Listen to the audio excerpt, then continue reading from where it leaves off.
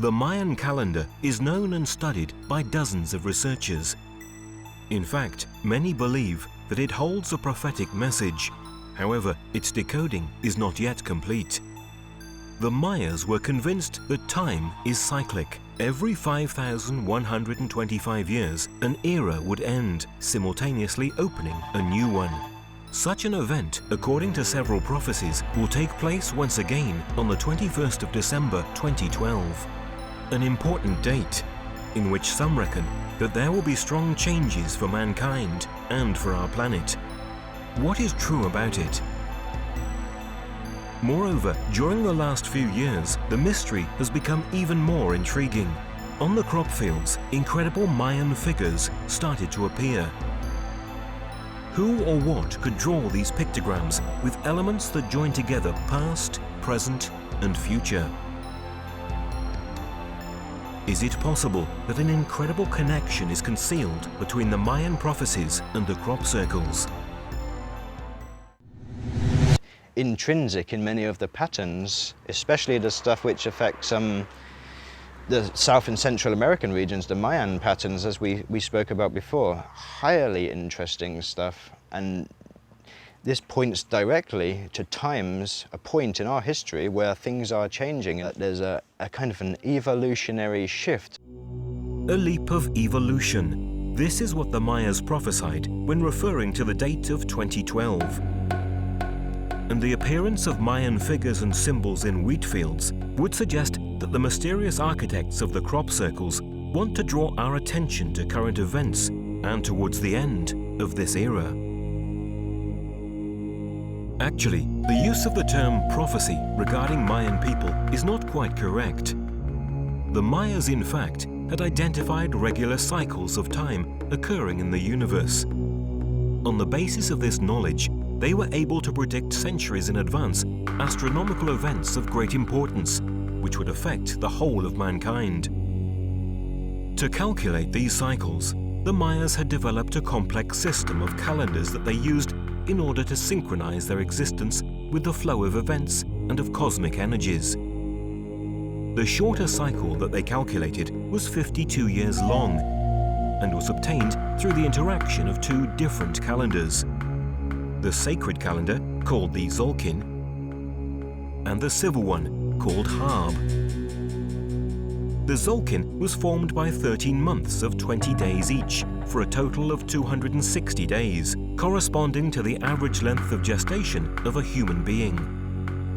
The Harb calendar was made up of 18 months of 20 days each, for a total of 360 days. In order to obtain the solar year 365 days long, there was an addition of a 5-day month called Uabe. According to their studies, our solar system undergoes a circular motion toward and away from the center of the galaxy, the Milky Way, which lasts 25,625 years. The Mayas called this cycle Galactic Day and subdivided it into 5 subcycles of 5,125 years each, which they considered as individual eras and were called suns. At the end of each sun, they presumed that a strong energy flow would be generated from the center of the galaxy, causing a strong and unusual solar activity associated with global catastrophes. In fact, in 1997, the SOHO spacecraft detected an energy flow from the center of the galaxy, and a few years later, the Sun entered a very strong activity cycle. This gave scientific support to what had been anticipated by the Mayas. The Maya civilization knew the behavior of the Sun and knew of its cycles. They knew that during this time, a macro cycle would have ended.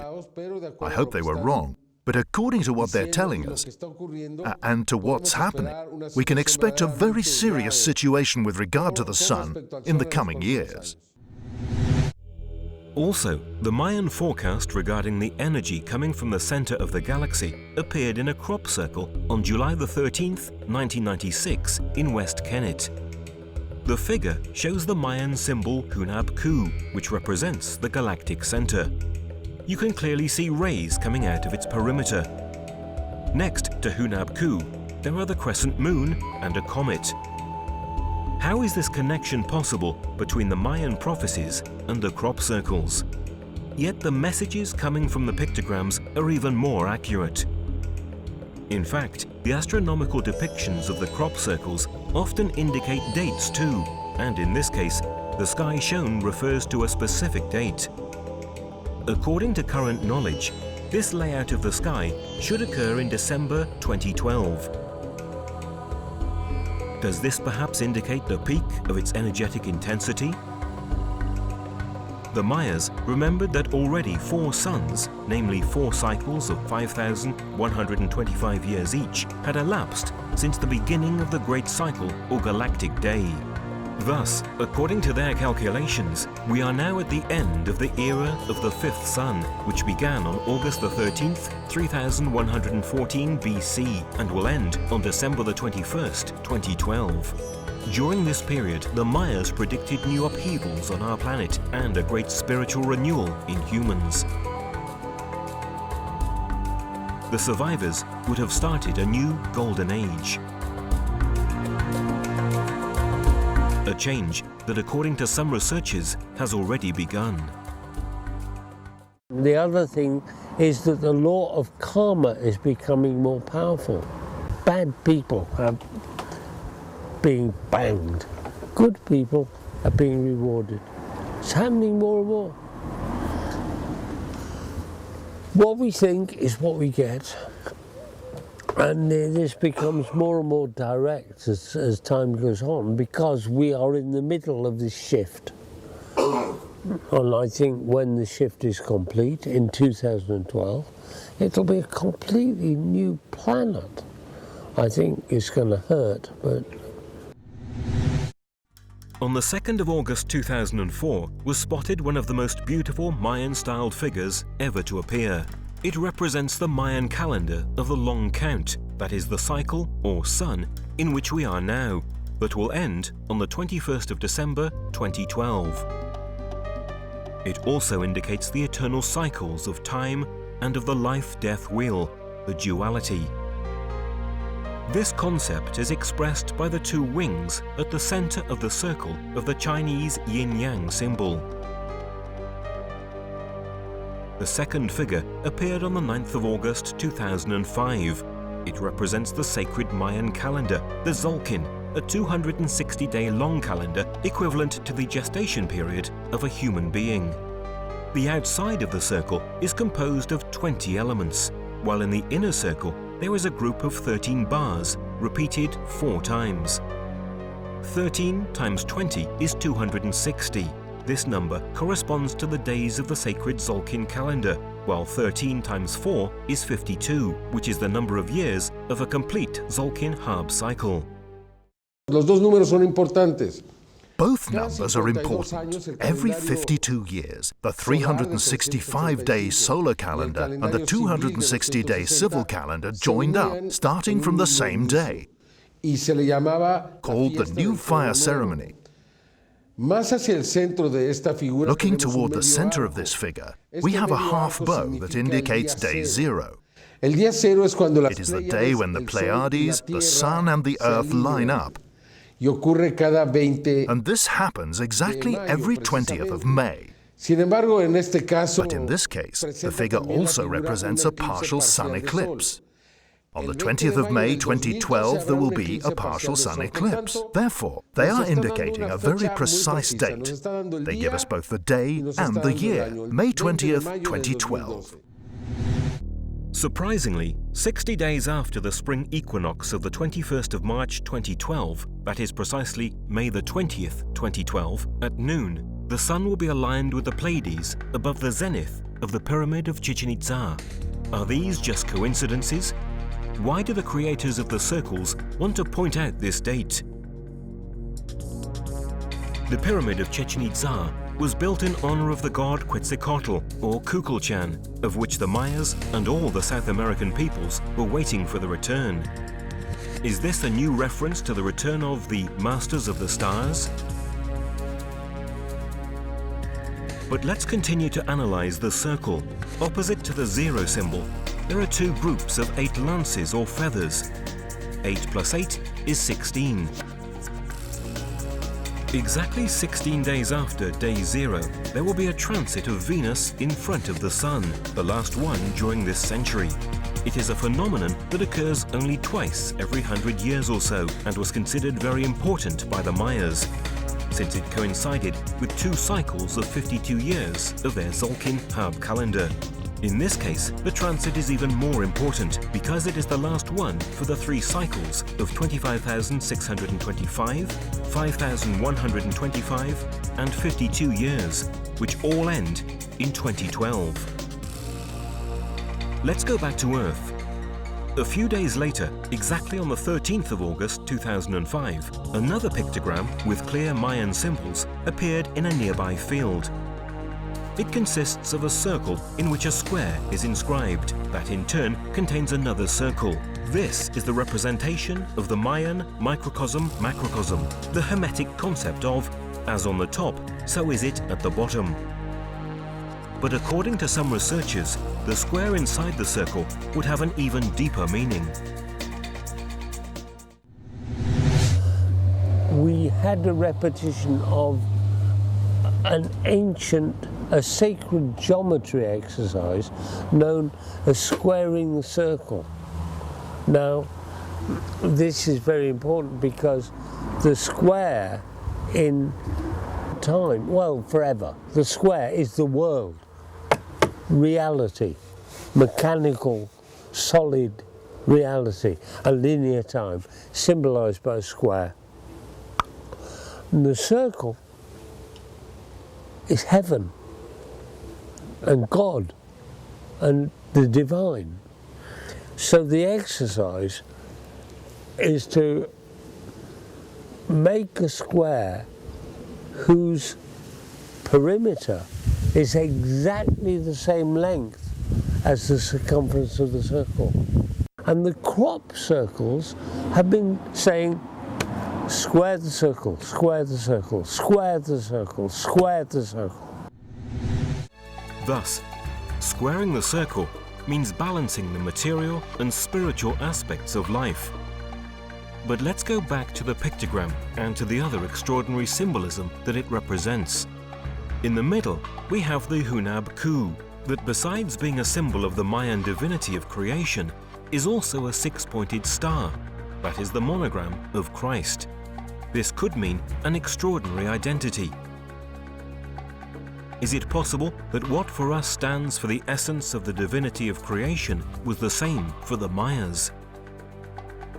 Since 2005, which was marked by the 2 beautiful Mayan pictograms that we have seen, every year a crop circle with symbols clearly referring to this ancient civilization appears. The crop circle on the 15th of August 2006 is the Mayan symbol for Venus.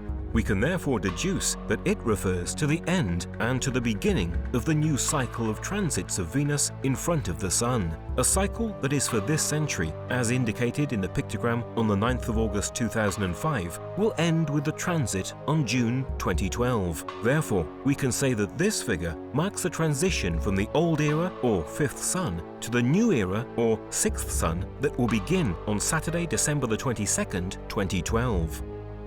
But Venus is also important for another fact. The Mayas were aware that at the end of its cycle of eclipses, the Sun would have manifested and would have spoken. With this, they meant a strong increase of activity of our star. Activity that would have deeply influenced our civilization and our planet.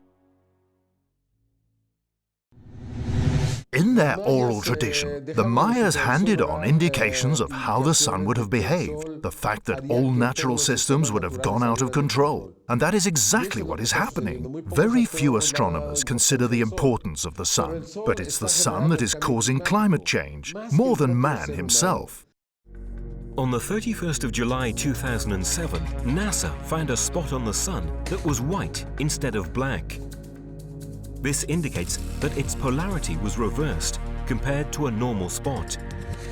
Scientists have revealed that this is an anomaly that indicates the beginning of cycle number 24 of solar maxima and of subsequent storms. The highest peaks with an activity of abnormal power are foreseen by the American space body for the years 2010, 2011 and 2012, exactly when Venus will have completed its cycle of eclipses. The same period in which, as announced by the Mayas, the Sun will talk, that is to say, it will manifest its full power. The last solar maximum occurred in 2001. The next one is expected between 2011 and 2012. During a normal solar maximum on the surface of our star, there are between 80 and 100 spots. Around 2011 and 2012, they are expected to be between 150 and 180 spots. I mean that there will be a cycle of cycles. This has a serious number of consequences, and global warming goes hand in hand with climate change. In practice, the seasons all over the world are out of phase,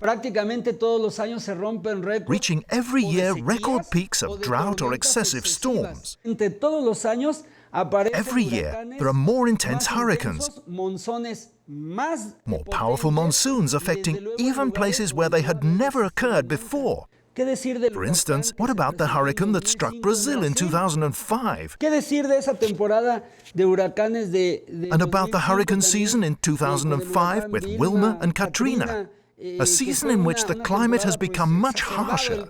There is evidence, many scientifically well-substantiated facts, right? But the crop circle on the 15th of August 2006 is also the Mayan glyph called Lamat, name and symbol of the 8th day of the sacred Tzolkin calendar. And it is exactly a Lamat, the day in which begins and ends the period of the Mayan prophecy of the Dresden Code regarding the contact of humanity with the masters from the stars.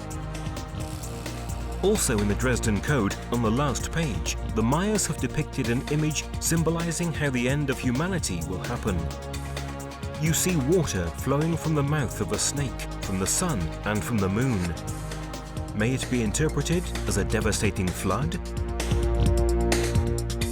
Water, however, symbolizes also truth, spiritual knowledge, and the sign of the new era is the aquarium, whose symbol is in fact a man pouring water.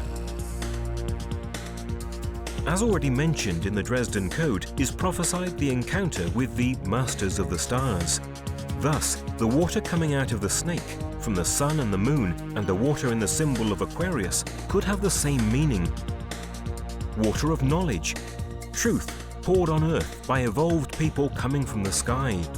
Truth that overwhelms the false concepts with which humanity has been living until now, and that are seriously leading us toward the risk of self-destruction. In the light of these considerations, the crop circles could be seen as a genuine attempt to communicate.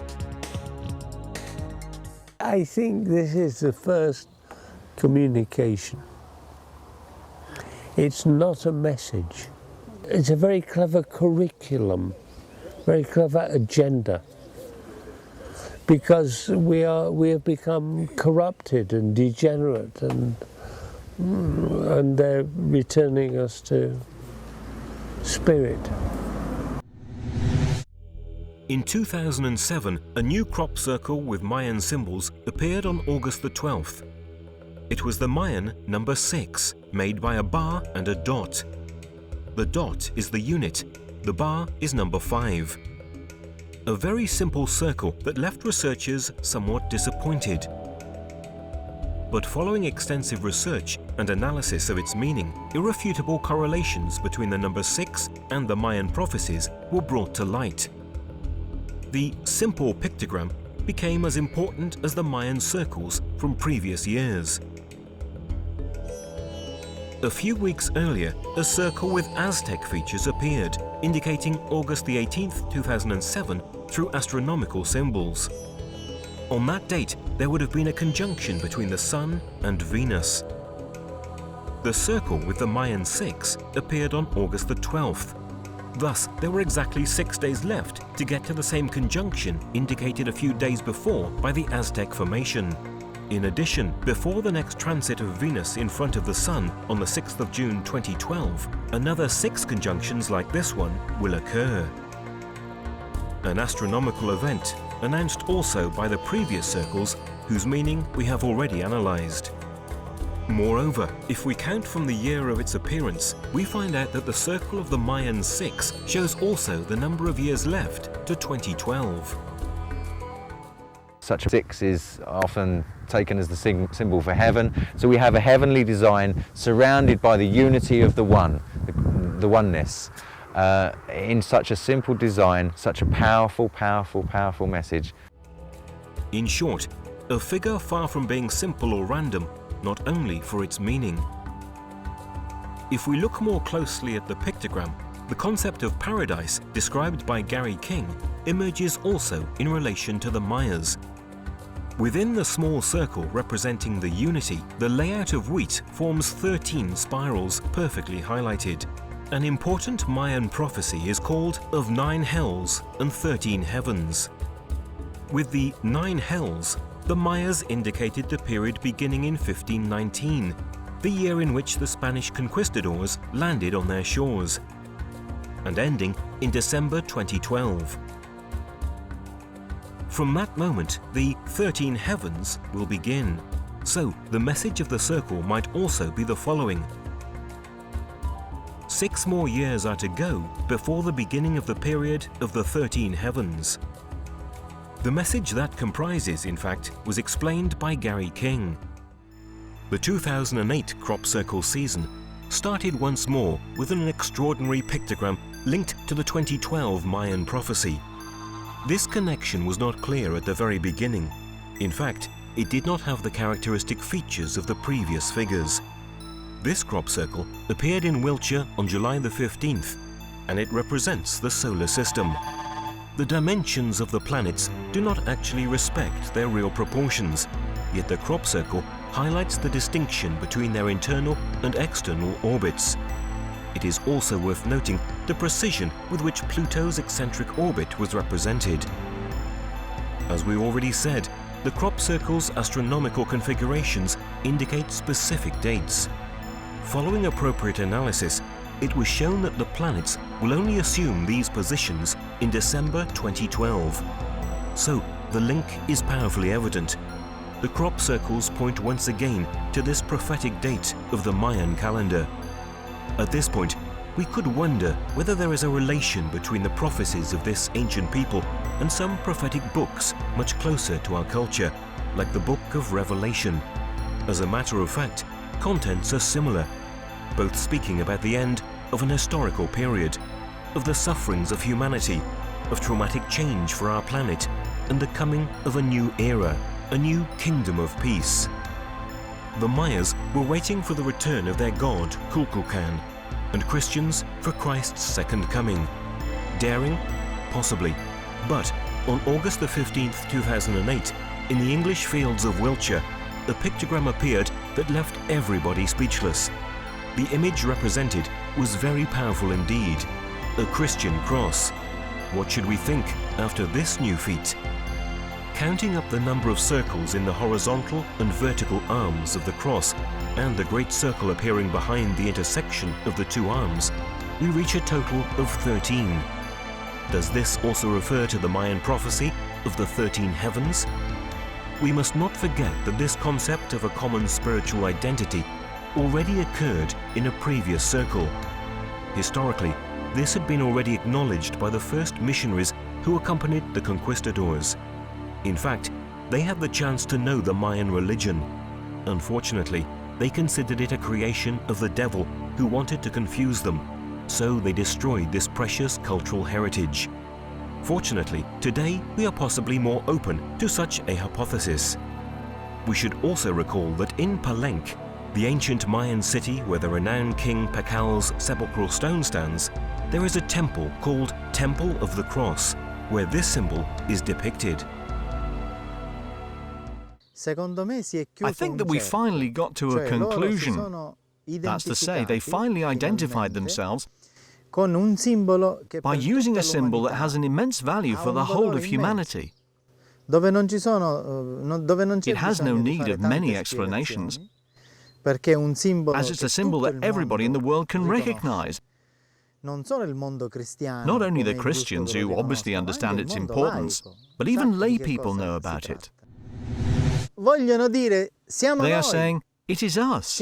We are these beings and, whether you like it or not, we are connected to Jesus Christ. Jesus Christ intended not just the Christian religion, because this way we would discriminate against Islam and Buddhism. Jesus Christ is actually intended as a bearer of a universal message. That's to say, we are connected to the values of love, peace, brotherhood and justice that this man, who died on the cross for all of you, does represent.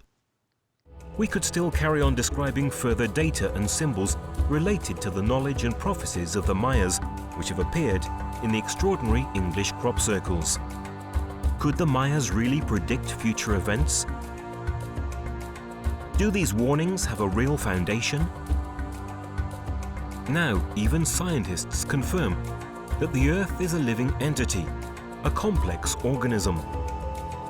The message coming from the ancient Mayas and modern crop circles appears to be the same. A change of conscience is absolutely necessary, as never before in human history. A message of warning and hope coming from a past whose importance is hardly being recognized. It is funny that now it's happening, exactly what has been announced. Changes are predicted, and it seems that they are actually taking place. Thus, looking at our old generations or ancient civilizations as if they were less developed and therefore inferior to us is wrong. They were as intelligent as we are, or even smarter. After the tsunami in 2005, NASA checked on March 21st, 2005, and recorded with absolute precision the spring equinox from Chichen Itza. Why? Because they did not possess a single tool that allowed them to determine the position of the sun with the same accuracy with which it is measured at Chichen Itza. So we see that not only modern science accepts the phenomenon, but it even needs it. This means that not only does it accept the fact that these ancient civilizations had a very precise knowledge, but they are even taking advantage of it. Therefore, considering this, I suggest that we should begin to respect the ancient civilizations. And this is what the creators of the pictograms did. Whether human or alien, they amplified the message coming from the cultures of the past, such as the Mayas, through a fascinating symbolism beautifully engraved on the wheat fields of England.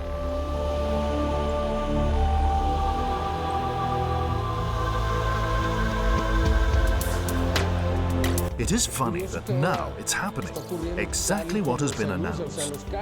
Changes are predicted, and it seems that they are actually taking place. This is the best footage and most comprehensive footage available of when the crop circle takes.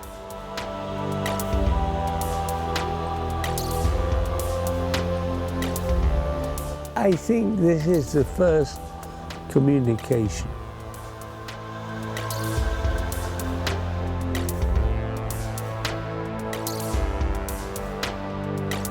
This points directly to times, a point in our history where things are changing.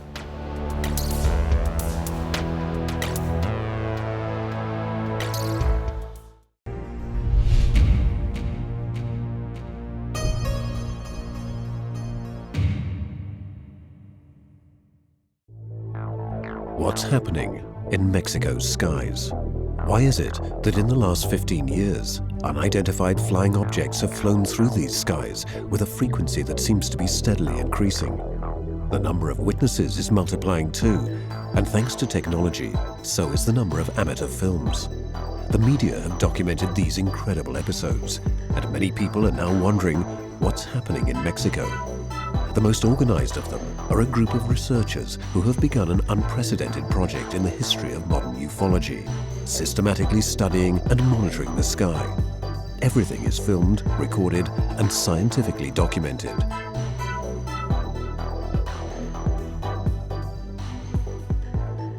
The team's name is the Vigilantes, and their work has produced an incredible number of photographs, testimonies, and films, which are analyzed very carefully. The amount of material was so impressive that it led the researchers to think of Mexico as a true contact point.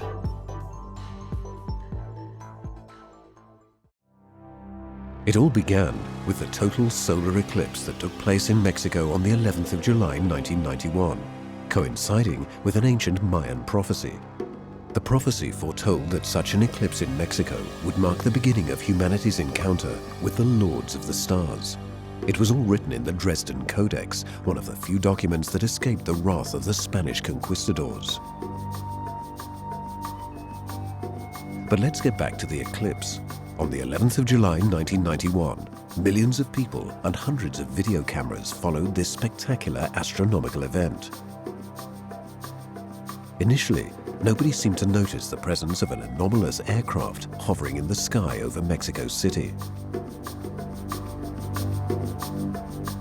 But when reviewing the footage later, many people noted the intruder. It seemed to be made of metal that reflected the sunlight, and it was shaped like a classic flying saucer. The sighting created quite a stir, and even the TV media became involved, especially researcher and journalist Jaime Maussan. In the days following the eclipse, the staff of Televisa, one of Mexico's largest private TV networks, was flooded with videos of the mysterious aircraft. The public's curiosity grew. What exactly was the object filmed during the eclipse? Where did it come from? Could it possibly be a confirmation of the mysterious Mayan prophecy? Demetrio Feria, one of the first members of the Vigilantes, remembers that day well. My experience began in June of 1991, before the great eclipse that took place in Mexico on the 11th of July of that year.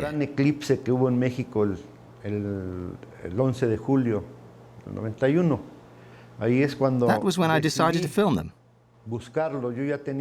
I already had a video camera, and I wanted to know whether the phenomenon was real or just a bunch of lies, special effects or something like that.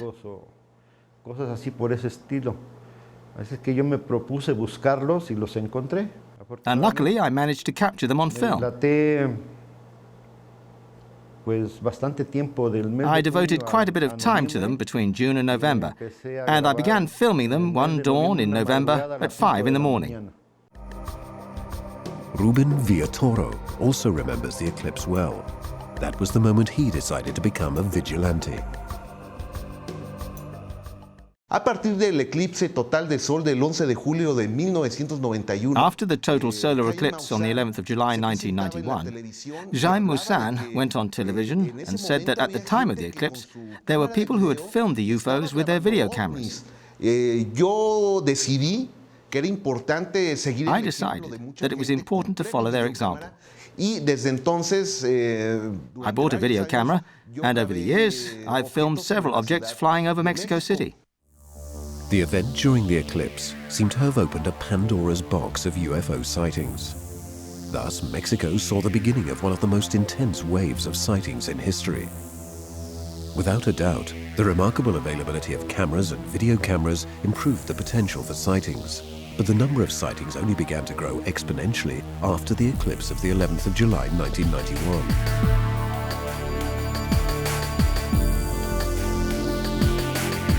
Footage from Mexico traveled around the world, amazing those who saw the videos and bringing much joy to scholars who had never had so much material to analyze.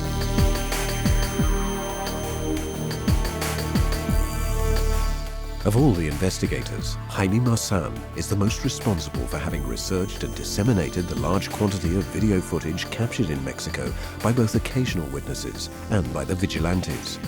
The idea to start this group was also his. The Vigilantes group was Jaime's idea. He was the one to form the group, and when I arrived, it was already in existence. The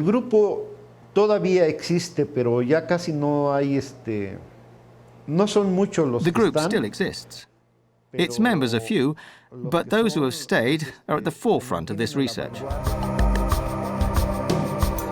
Today, Jaime Maussan directs and coordinates the Vigilantes' work alongside researcher Pedro Avila. His videos of unidentified flying objects have circulated all around the world, generating a great deal of interest.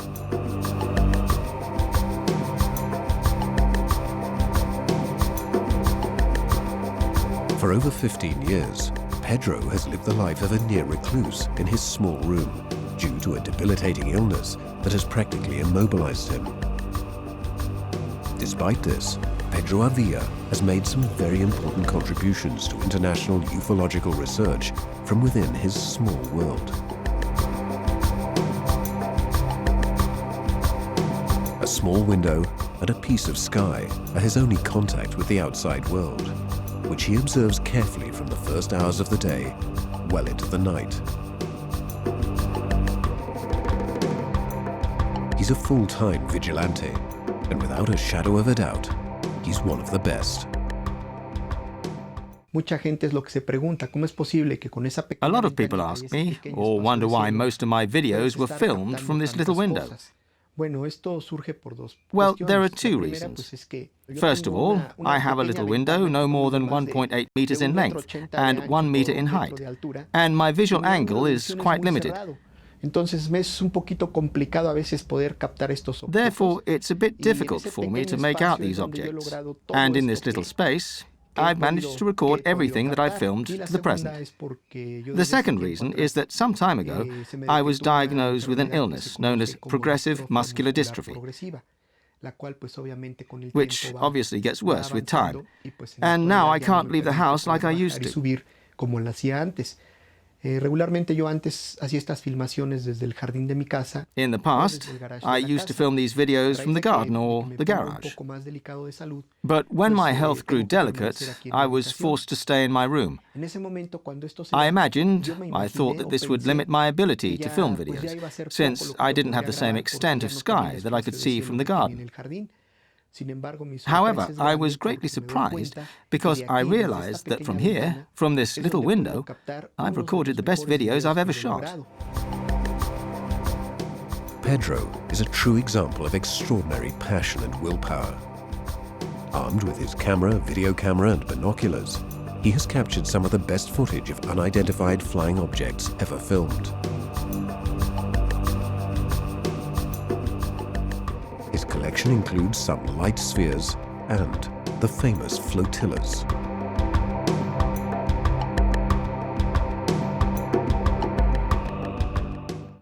Sabemos que dentro de la investigación OVNI, los objetos que más abundan son las esferas. We know that the most common objects in UFO investigation are spheres, which can be a single white sphere or silver spheres, black, blue, red, or multicolored. Sometimes there may be only two of them, and other times we've been able to film flotillas composed of over 300 or 500 objects. Often they shift one way and the other. They interact. These are the most interesting sightings. One of the most important videos of spheres was recorded in Mexico in 2002. The images clearly show two spheres revolving in the sky.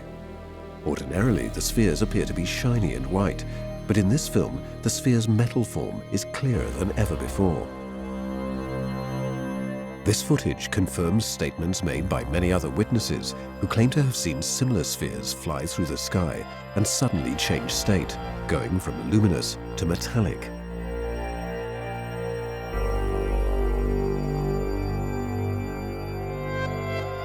In addition to flotillas and spheres, Pedro has also filmed some unconventional flying objects of a totally unexplained appearance. En una ocasión, I once filmed 6 dark objects that look like watermelon seeds, like little black seeds. These 6 objects formed a shape in the sky very much like a flower with 6 petals. The strange thing is that when we zoom in, When we analyze the video, when we add filters and all the rest, we can't seem to find a structure. Los objetos se están moviendo rítmicamente. In other words, the objects are moving rhythmically, with an amazing synchronicity, and always keeping the same position as if they were a flower, spinning, going up and down, but always keeping the same distance, despite there being no structure between the objects. Avia's video is the first to show an object of such a shape flying in broad daylight.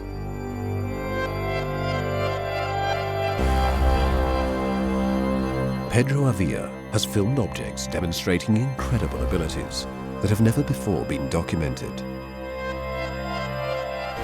Thanks to his commitment and an original filming technique, he has produced results showing that the mysterious unidentified flying objects may have features we don't yet know about, which are of extraordinary interest.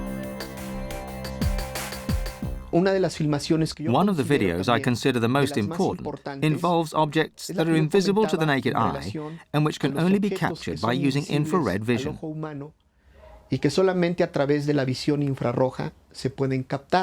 To do this, I developed a special technique using two video cameras. One films in the usual spectrum and the other films in the infrared spectrum. To use them both, I made a special rigging and placed one camera atop the other, training them on the same point. That is, the same focal distance, the same level of zoom. I frame the images so that they show the exact same thing. Therefore, what the normal camera sees is also what the infrared camera sees. This is very important because it demonstrates that there are objects moving in the sky that are invisible to the human eye, and we can't perceive their presence.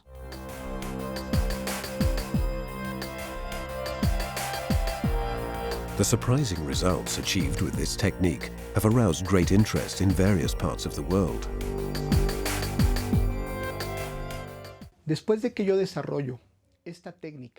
Once I developed this technique for filming in infrared vision with both video cameras, news of it began to travel around the world. Un grupo de franceses donde hay involucrados algunos científicos. A French group, including some scientists, organized an investigation group and some research programs. A mí me sorprende cuando Jaime Maussan se I was amazed when Jaime Maussan contacted me and sent me an email informing me that they were going to create an investigation program in my name.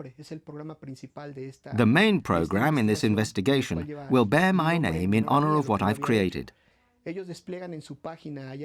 They give it a prominent position on their European website, where they explain the technique I created and how it works. A few weeks ago, some people from Denmark came to make a short film, which will be submitted for a competition in a film festival connected to the UFO phenomenon. The large number of videos that the vigilantes have recorded shows that craft are flying through our skies with characteristics and flight dynamics that differ from the conventional features of aeroplanes or helicopters. And that's not all. These videos demonstrate that systematic and continuous observation of the sky can provide interesting documentation. Quite different from accidental amateur footage, which tends to raise doubts. It's no coincidence that the vigilantes have respectable professional backgrounds. Yo creo que el escepticismo es una parte normal en el ser humano. I believe that skepticism is a normal part of human behavior. Many people don't believe in the existence of UFOs, and I think it depends on the simple habit of observing the sky. Quien mira y pone sus ojos hacia arriba y empieza no a ver sino a observar y dedica. Those who look upwards and begin not only to see but to observe and dedicate time to this will start to realize that there are presences. There are presences that have nothing to do with objects we normally see flying, like aeroplanes, helicopters, weather probes, balloons, etc. Lo que a mí me ha llevado a volverme un vigilante. One of the things that drove me to become a vigilante of the sky was my work as a professional architecture photographer. Precisamente lo que es importante y lo que me ha llevado a ser In particular, what was important was that it led me to take good pictures, and as a professional photographer, my knowledge of light and shadow makes a difference. Es algo importante para poder ver a los objetos. ¿Cuál es la hora más adecuada? It's a very important factor to be able to see the objects, knowing what time of day the light helps us, when the sun literally brings out the objects. Spheres and flotillas also make frequent appearances in the videos by Arturo Robles Gile, and they are truly spectacular. Where could these mysterious objects have come from? Some people believe they have captured the answer in a photograph. During the great wave of sightings in the 1990s, phenomena were cited that amazed both direct witnesses and researchers. Video cameras captured flying objects capable of releasing an incredible number of spheres, giving rise to the flotilla phenomenon. At first, the classic luminous spherical objects were the ones to show this trait. Later, but still in Mexico, enormous tubular structures were sighted and filmed. Further light spheres came out of these irregularly shaped structures. This new chapter added new questions and mysterious elements to the world of ufology. Even the ufology experts can't explain these images. The objects are christened gusanas voladores, or flying worms, because of their appearance. They raise many questions. Where do they come from? What technology do they use? How can these structures appear and hover in the sky without any known flight mechanism? How can they contain and expel the number of spheres that have been filmed? A major step has been taken thanks once again to one of the vigilantes, engineer Arturo Robles Gile. Esa mañana yo subí a la azotea, a pesar de que estaba muy nublado, subí a ver las condiciones climatológicas, cómo iban a estar para en la noche. That morning, I went out onto the terrace, although it was very cloudy, to check the weather conditions because that night there was going to be a lunar eclipse, which is very important from a photographic point of view. At the time, in 2004, there were a number of people here repairing the building, and we all witnessed it. But I was the only one who looked up to the zenith. I don't even know why I did it, as I usually made general observations all around. But on that day, I remember that I turned my head completely upward, and I saw an object I couldn't identify. I saw a structure. At first sight, it looked like a mass, white and enormous. To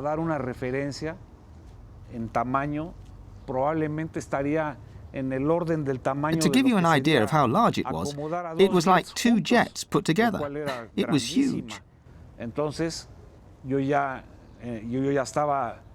the time, I was already interested in phenomena discovered in the sky.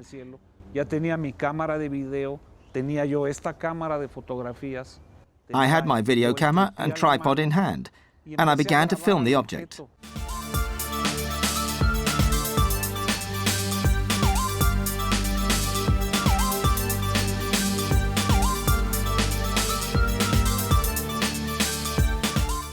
Al hacer acercamientos con la cámara de video, me di cuenta que la estructura se movía, que no era una cosa que flotaba. Moving closer with my video camera, I realized that the structure was moving, that it wasn't simply floating. It was twisting, writhing. It contracted and expanded. And when I saw that it was beginning to expel spheres, it was clear to me that something absolutely incredible was happening. Entonces dije, bueno, so I asked myself, what else can I do? I thought that photographs could be a tremendously important support, and so I took some. I remember that I took about 24 photographs. The high-definition images that Gile obtained mark an important breakthrough in the study of these spectacular unidentified structures. Y cuando yo las bajé a la computadora y vi que se trataba When I downloaded the photos to my computer, I realized that the structure appeared to be formed by thousands or hundreds of thousands of segments. Y que tenía esferas de colores perimetrales. Debo ser honesto. It also had colored outer spheres. I'll be honest, at first I thought it might be a spectacular bunch of balloons. Le hablé a Jaime Maussan. I talked about it with Jaime Maussan. I went to his office, and as soon as he saw what I had filmed, without having the slightest idea what it was, he said, "Arturo, what you've captured here is absolutely spectacular." No faltó la parte escéptica. There were those who were skeptical, whose unfounded argument was that they could be balloons. So Jaime Maussan immediately phoned a very well-known performer here in Mexico City, who uses the largest balloons in production. Llegó a la oficina, vio las imágenes digitales y dijo, "Estos no son globos." Dice, when he arrived at the office and saw the images, he said, "These aren't balloons, and even if they were balloons, a structure like this would require at least 57,000 balloons, possibly more." Y además, ¿cómo podrían armarse? ¿Cómo podría armarse esa estructura? How could you possibly create a structure with 57,000 balloons without any gas escapes? And how could you let it fly upwards? Y además, se requeriría un permiso especial porque una estructura de ese tamaño ya necesita permiso para estar flotando. Furthermore, you'd need a special permit, because a structure of that size needs a permit to fly, especially because in that particular area, it was very close to flight paths used by airplanes to turn into the airport. Para mí, ese fue el parteaguas. Ese Ebani madre. To me, that was a breakthrough. The Mother Ibani, as I call it, the mothership. The acronym IBANI stands in Spanish for Unidentified Aerial Biological Entity. And since Gila photographed them in high definition, sightings of IBANIs have been increasingly frequent.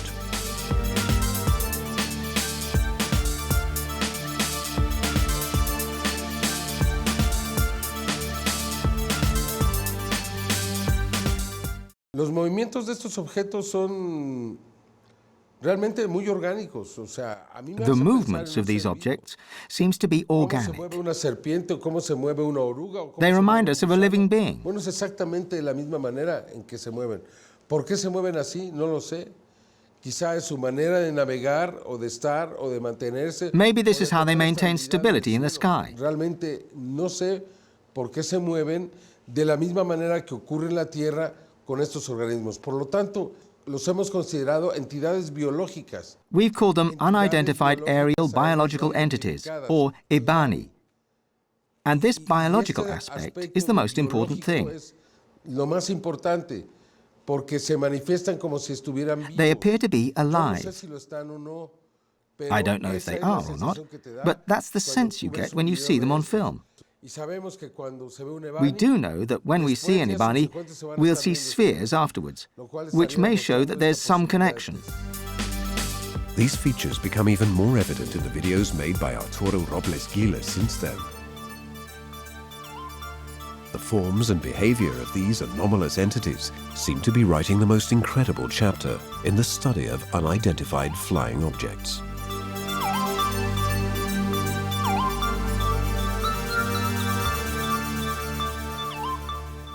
An Ibani is a tubular-type entity that is also elastic. It's capable of twisting and writhing movements. It can move vertically and horizontally. It doesn't need engines to fly. It doesn't make any noise. And it doesn't leave a wake. Tienen un propósito perfectamente específico de su aparición, que por supuesto saben que yo los estoy observando e inclusive grabando. El propósito específico que tienen los Ebanis es de... The Ebanis appear to have a specific activity, expelling countless spheres into the atmosphere. On some occasions, they have moved from the place where they ordinarily appear and come towards this area. It's as if they wanted to be seen, to be observed with greater precision. Thanks to my work as a photographer, this has enabled me to create videos that I believe are without precedent. even on an international level. The videos made by the vigilantes are just a small part of the large amount of footage showing the continuous activity of unidentified flying objects in the skies of our planet. The two most common questions are always the same, no matter where the phenomena are sighted. What are those objects in the sky? And should we be afraid of them? Giorgio Bongiovanni is one of the Italian scholars following the wave of sightings in Mexico very closely. The claims of ordinary citizens, military personnel, astronauts and scientists, and the analyses performed on a remarkable amount of photographic and video materials, including the testimony of contactees, whose experience has been proven to be real after several years. Ci dicono che probabilmente siamo visitati da esseri provenienti dal cosmo. They all show that it's likely we are being visited by beings from space. They are passive, unaggressive visits, more concentrated in Latin America and in Mexico than in other parts of the world. But they occur all over the planet. This is happening in a period in which humanity is going through a difficult moment in its evolution. I believe that if clear, direct contact were to occur with these civilizations, it would lead to a truly profound Copernican revolution for us. I think that humanity could solve the serious problems in terms of social, political, economic, and environmental justice, which are causing us to risk self-destruction. It would definitely be a new impulse for science and religion. It would bring about the end of the dogmatisms and dangerous fanaticism at the basis of many of today's wars. In fact, over many years of sightings, the UFO phenomenon has never been accompanied by any signs of aggression. One thing is certain, Mexico seems to play a central role in this saga that borders on science fiction. And the reason why is still a mystery. Perhaps the only clue is an ancient Mayan prophecy that tells of an encounter with the men of the stars. An encounter that would have begun in 1991 and may end in the year 2012. All we can do is wait, with our eyes on the heavens.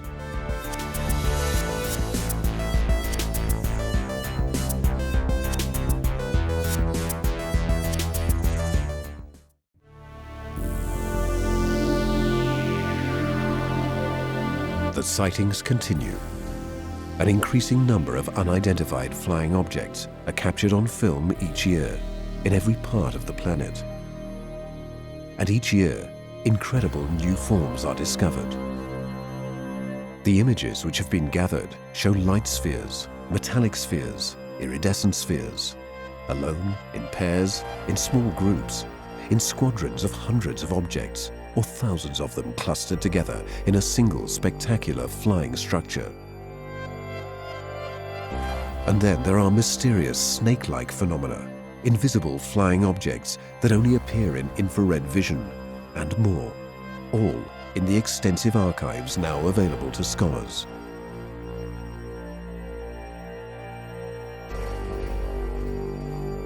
Studies of these extraordinary documents could bring us closer to understanding the enigma of UFOs, one of the most fascinating mysteries of our time.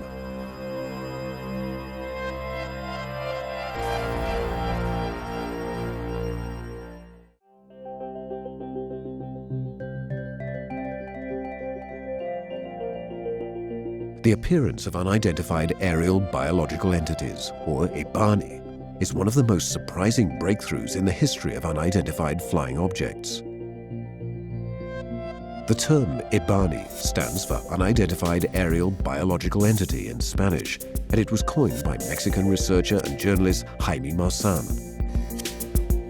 One of these entities was captured in a video and photos by Arturo Robles Gila on the morning of the 27th of October 2004.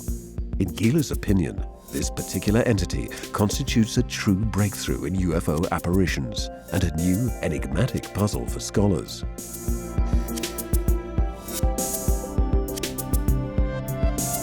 Until that fateful morning, very little was known about these structures. in part due to the rarity of available videos, and the fact that the images didn't have enough definition to be interpreted properly.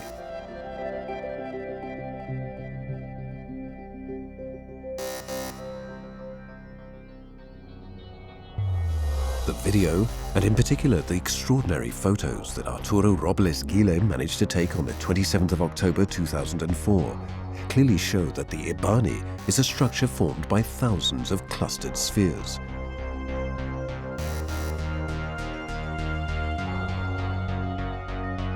A sort of aircraft carrier, the function of which seems to be to transport and expel these spheres into our atmosphere. The reason why this should happen is completely unknown. It's a phenomenon that's difficult to catalogue and explain, even for mainstream science. Hasta hoy, los científicos no Scientists have only been able to provide one answer so far. Estamos confrontando un fenómeno anómalo. We're looking at an anomalous phenomenon that is classified in neither micro nor macrobiology. From an observation of the photos taken by Gila, we can clearly see the structure is formed of translucent spheres in 3 different colors: red, white, and blue.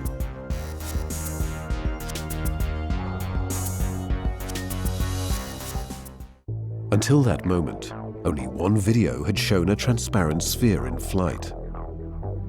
It too had been recorded in Mexico by Javier Guevara in 2002. At the time, however, the origin of this new kind of sphere was unknown.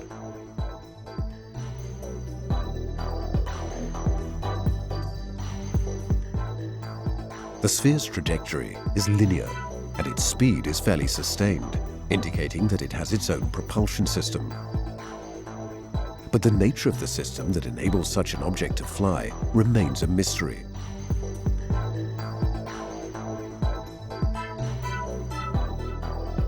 Its transparency and the lack of any visible technological apparatus cannot be compared to any known or imaginable technology.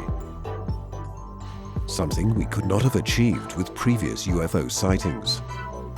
After the video of the 27th of October 2004, Gila identified and recorded the flight of other similar spheres on film and in photographs.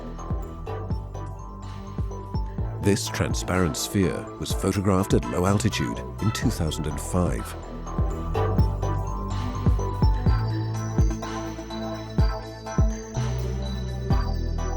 Gila recorded this video while he attended a Mayan ceremony in the area called Cerro de la Estrella, or Star Mountain. This site, in the federal district of the city of Mexico, is believed to be magic and sacred, and many UFOs have been sighted here. Y bueno, pues al llegar inmediatamente, mi cuñada ubicó en una posición cenital a un objeto. As soon as we arrived, my sister-in-law noticed a large, translucent object, and I began to film it. We were all quite surprised that it could happen in that place.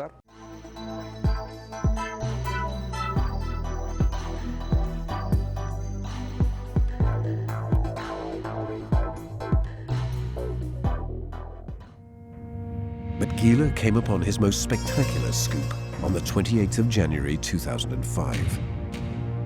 His video shows an entire flotilla composed of these iridescent spheres.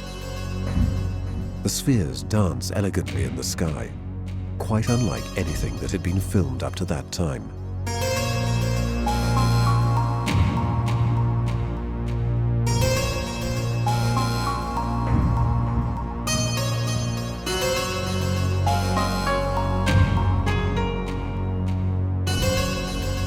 In the pictures, we can clearly see the various colors of the shining spheres. The colors are even clearer than in the video.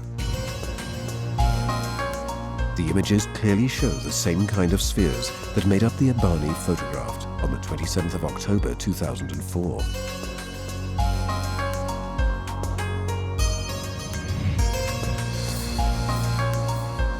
Thus, according to Gila, this video may confirm that the mysterious aerial biological entities would continue to deposit spheres into the skies over Mexico City.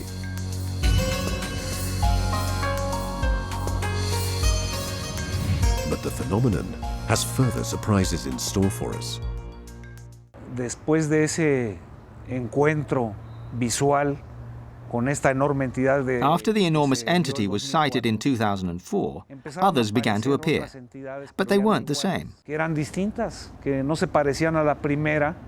They didn't look like the first one, although they showed the same type of behavior during the flight. Entonces conforme fui captando a estas entidades, empecé a darme cuenta que no nada más eran blancos, sino había... Once I had sighted these entities, I began to realize that they weren't just white, and there wasn't just one type of Ibani, but other types of different colors, with different designs on their surface, and with a different way of moving. The photos taken by Arturo Robles Gila on the 14th of May 2006 are a clear example of the variety of Ibanis. These Ibani are brightly colored and have a helical, tubular structure which is completely different from the cluster of spheres spotted in October 2004.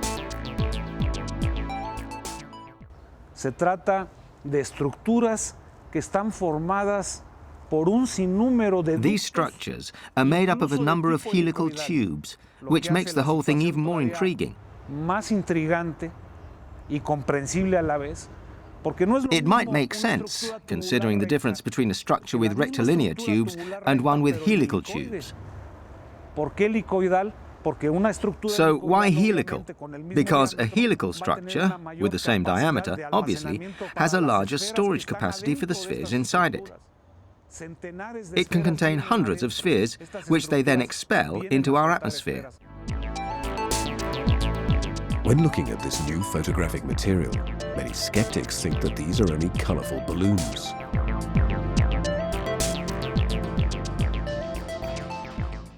Con respecto a los ébanis de colores, yo entiendo el escepticismo de las gentes. I can understand the skepticism about the colored Ibani, the people who think that they are structures made of balloons. Pero afortunadamente, yo no solamente me remito a usar la cámara de video. Luckily, I'm never satisfied with just using video cameras to film them. Si lo vemos en términos técnicos, seen in technical terms, video cameras have a resolution of 640 by 780 pixels. And at best, we'll get a resolution of 520 lines. That's why I also take photographs. Photos go deeper, because they allow us to see more detail. Y la fotografía ha venido a demostrar de manera contundente y sin una forma... And photos have demonstrated in an unequivocal way that these are not structures made of balloons. Y los escépticos que han pretendido Skeptics have tried to discredit this phenomenon, but their claim that these are garlands of balloons is completely unfounded. No tienen una fotografía de alta resolución. They don't have a single high-resolution photograph. They don't have photos taken with high-sensitivity apochromatic lenses. Their claims are based solely on the color of these structures. But Robles Gila isn't the only one to have filmed the Ibani. The phenomenon began to spread, and these entities were sighted and filmed by others too, both in Mexico and in other parts of the world.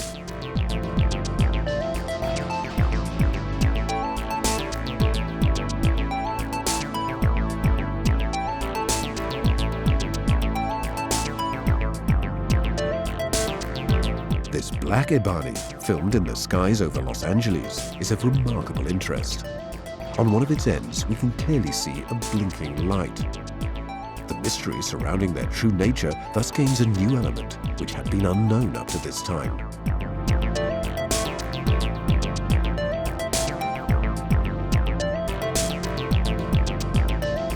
Once again, Gila amazes us with his material. On the 18th of March 2007, he recorded a new video and experienced an unprecedented event.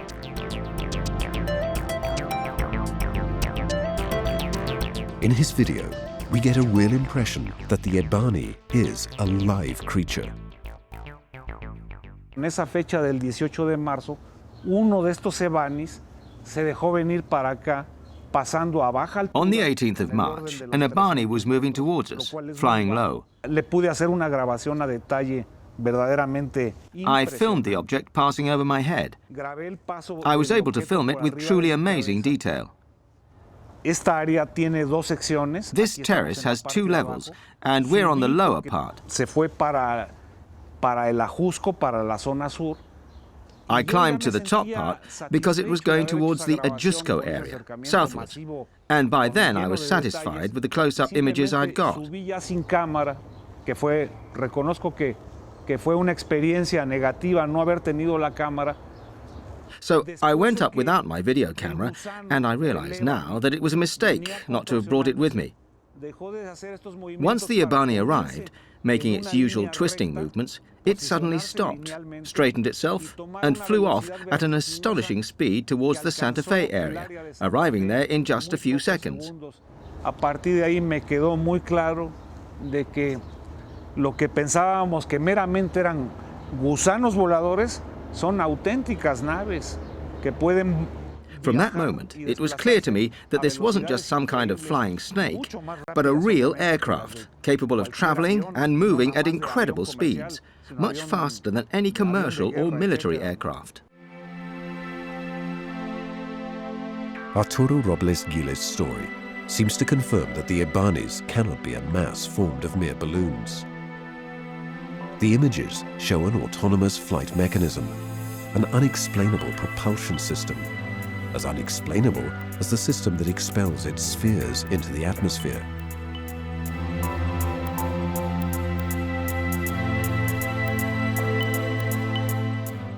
Estas entidades, los Ebanis, the Ebanis have their own source of energy. En las grabaciones se nota, sobre todo los que son claros, que brillan demasiado, muchísimo, tienen un brillo espectacular. In the videos, especially the ones with the sharpest images, we can see that they glow, that they are spectacularly bright. And I'm not talking about the reflection of solar rays of the sunlight. They have their own luminosity. It's the same with the colored ones. There are also translucent Ebanis, which is even more surprising. And they can camouflage themselves at will, become invisible and not perceptible to the human eye.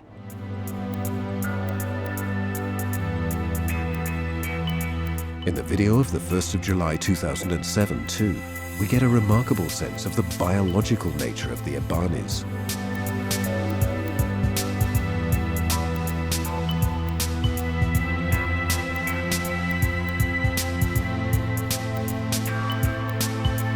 The entity moves in a continuous fashion, and the video clearly shows its helical structure.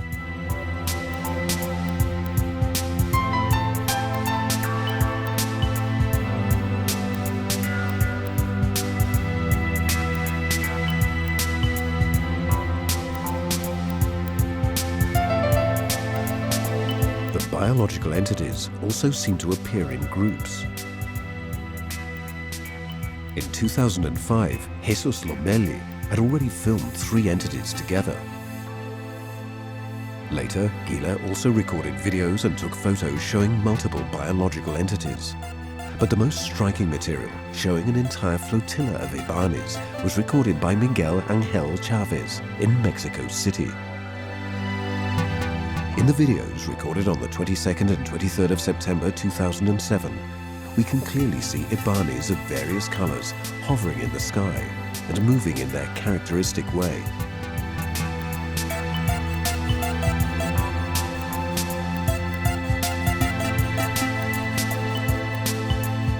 The entities move in a continuous fashion, and they show a spectacular variety of colors.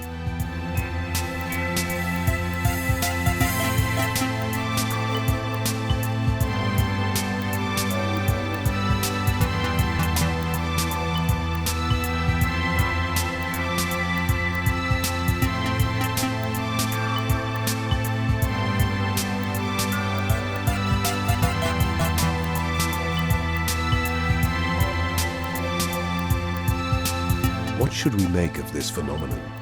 What might we feel when observing it in person? La presencia de los Ebanis, sobre todo la incidencia tan grande que hay aquí en la Ciudad de México. The presence of Ibanis, the density of their numbers, especially here in Mexico City, has increased substantially in the last 10 No years. se ha visto en ningún momento que haya habido alguna abducción, que haya habido algún ataque. que And haya yet, habido nada de we eso. haven't seen a single abduction or attack. Nothing of the sort has happened. Nos vienen a ayudar. Eso es cuando I menos believe mi that these emoción, presences mi come to help us. sentimiento. This is my understanding, my feeling about the Ibanis. Coquis es un ébani. Está escupiendo esferas.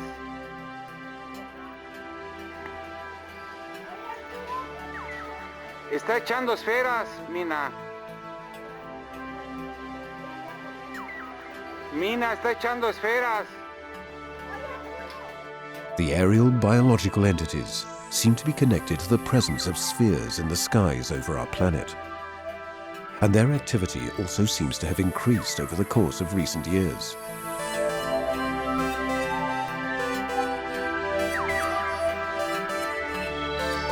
Alone, in pairs, or in flotillas of varying number, they're being increasingly captured on film.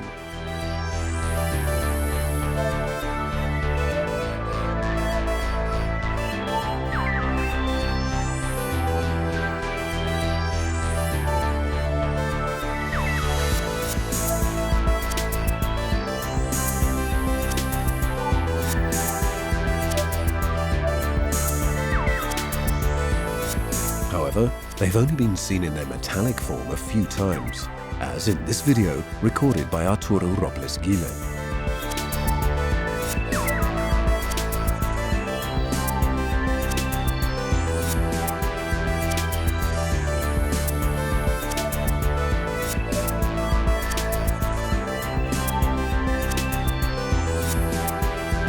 At the same time, videos of flotillas formed of metal spheres are rarer than those formed of light spheres.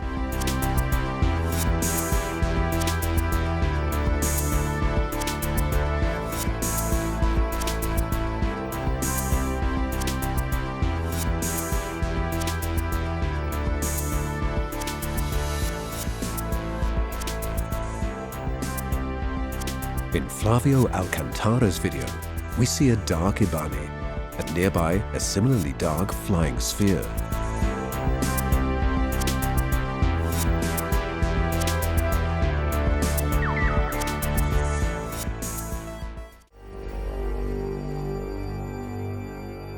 The connection between Ibani and spheres has rarely been revealed so clearly as in the sighting by Arturo Robles Gile of the 27th of October 2004. But there are other images in which the two phenomena appear together. In the first video, we see the Ibani looking like it's closed in on itself, moving independently of the spheres surrounding it. In this case too, this autonomous movement confirms that these are not balls or balloons.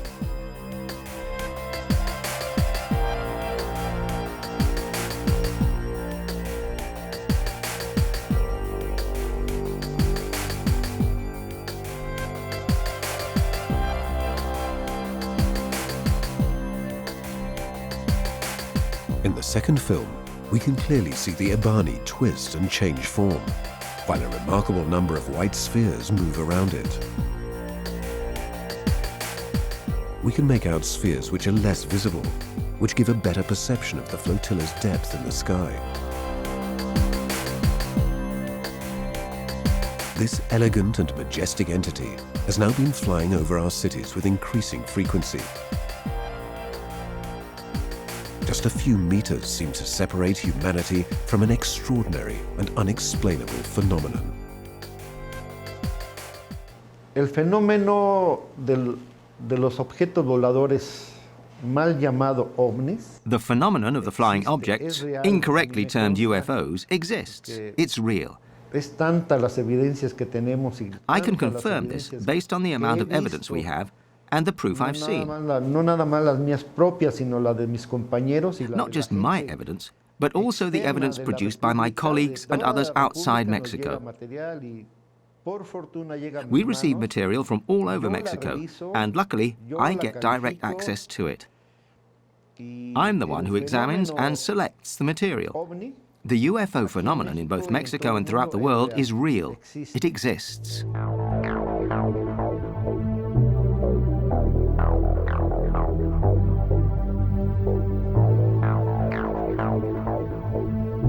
Demetrio Feria's statements are supported by the incredible number of videos he has recorded up to the present, and by the incredible technological abilities that the flying objects seem to possess.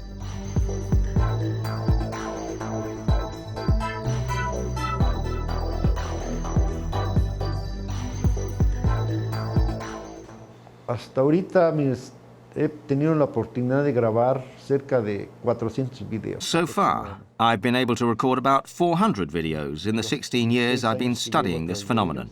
El video que yo tengo, el que me ha impresionado más, es de una esfera. Of the videos I've made, the one that stood out the most is the one of a sphere that I filmed from my house with an infrared lens. It's a little sphere which couldn't be seen with the naked eye, but it was in the sky. These objects are in the air. They live with us. Esa esfera baja y de cero velocidad. The sphere comes down and slows down until it almost stops. Then it flies off at an incredible speed. On several occasions, I've been able to film objects flying at a phenomenal speed. I have many such videos. Their speed amazes me. On the 5th of November 2006, Demetrio Feria used an infrared lens applied to his video camera to film once again a sphere darting around at very high speed.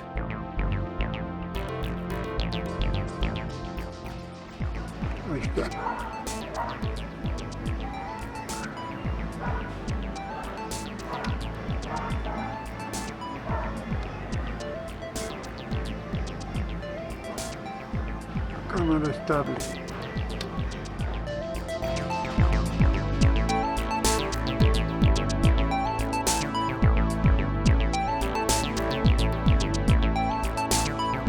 Can the remarkable movements of the sphere filmed by the vigilante be called accidental? Its speed, the angle at which it flies, its ability to make itself invisible and then visible, which is only discernible through the use of infrared lenses, puts these craft beyond our current technical and scientific knowledge.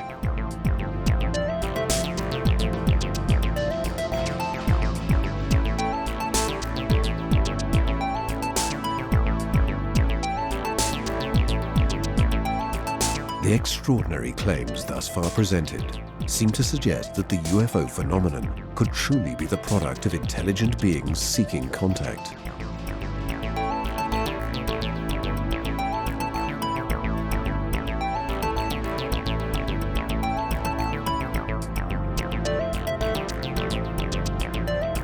Some people think of the words of an ancient Mayan prophecy that pointed to our time as the period in which humanity was to encounter the Lords from the stars.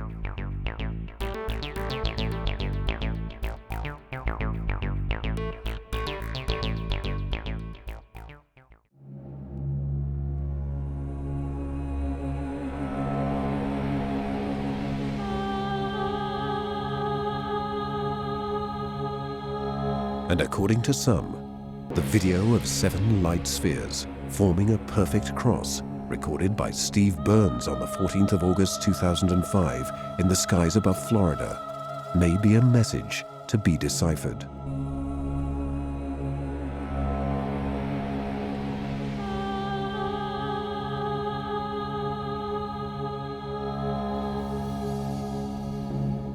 El video de la cruz que fue The video of the cross was recorded in St. Petersburg, Florida, on Sunday the 14th of August. We know that Mr. Steve Burns filmed it. We have analyzed the video and verified that it isn't computer-generated, and thus it's a truly exceptional document.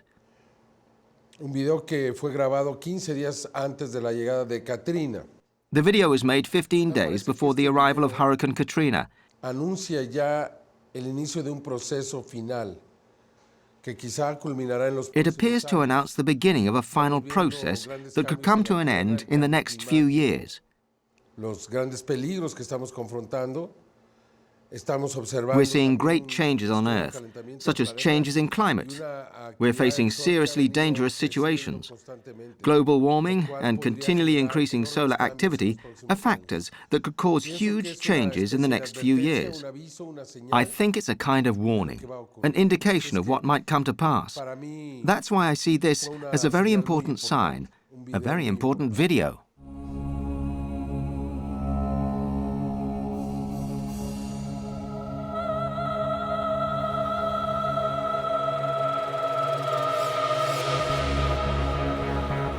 There are those who are anxiously waiting for the year 2012, the moment of change that the Maya had predicted centuries ago. It could represent the beginning of a new era of peace for humanity.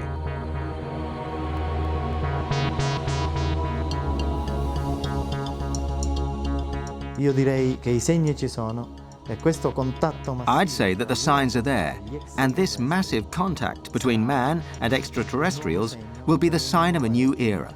Voglio precisare che, e voglio anche dire, to be precise, and I also want to say that, in my opinion, this presence is peaceful. There's no invasion. There will be no wars between men and extraterrestrials. Perché queste civiltà Because these civilizations are obviously much more advanced than us, both scientifically and technologically. But this goes hand in hand with ethical and spiritual progress. Therefore, any contact will be peaceful. Could the extraordinary flying objects shown in these videos be a sign of this coming visit? Will there really be direct contact in the future? These questions are still unanswered. But each day, it seems we come closer to understanding the enigma of UFOs, one of the most fascinating mysteries of our time.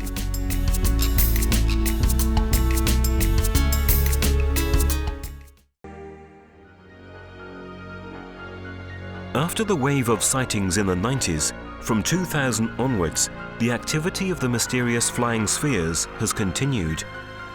Witnesses with cameras and video cameras have continued to record them. Are they extraterrestrial probes? Are we close to contact? An answer could come from the study of the material available to us. An answer that could change our vision of the cosmos and of ourselves. The flying spheres, an enigma that leads us into the future. The photographic and filmed evidence on the spheres shows that they can operate in any environment. The documentation from 2000 onwards provides further undeniable evidence. Often, the spheres are seen close to aircraft routes. These photographs taken by the vigilantes Fausto Avaroa and Arturo Robes Gil in Mexico City are an example. Video cameras were also able to record the facts. We can see it in this video by Arturo Robles Gil in Mexico City. In the film, we can clearly see that the flying spheres are not balloons released into the air. In fact, they are not affected at all by the strong turbulence caused by the passing planes. Del año 2000 al 2008 han pasado 8 años. Y lo que sí he notado. From 2000 to 2008, already 8 years have passed. I noticed that as time passes by, I've been filming entities and crafts that not only are amazing, no solo extraordinarias, sino que nos llevan a una enorme reflexión. But even lead the whole humanity and myself to deeply reflect and question us. Are we visited? Are any beings coming from the stars visiting us?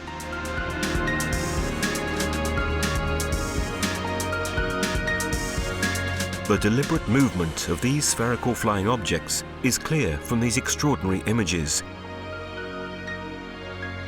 We can see a metallic sphere slow down and almost stop to let a plane that was crossing its route pass by.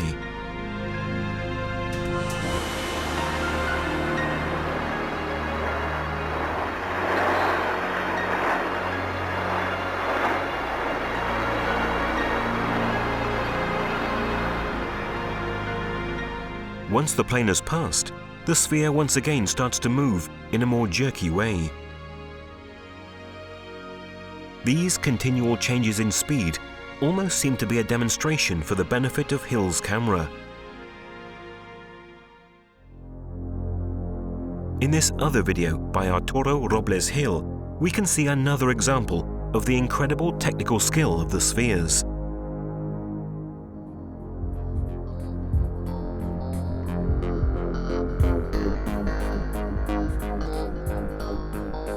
At times, the spheres follow the planes. The dynamics of the film seem to indicate that the people on board don't realize what is happening. The people who study these phenomena don't really know what these spheres are, what they're for, or who made them. But it is obvious that whoever it is, they are increasingly less interested in hiding them. Estas gentes, sean las que sean, están viniendo. I think that these beings, whoever they are, show themselves all the time. We often see them. Eso nos está enseñando. This is probably because they are teaching us to become accustomed to their presence, not to be afraid. Al contrario, yo creo que están dejando ver para. On the contrary, I believe that they show themselves so that soon, perhaps quite soon, En no mucho tiempo se haga un contacto. there will be a direct contact and they will be able to show themselves more clearly.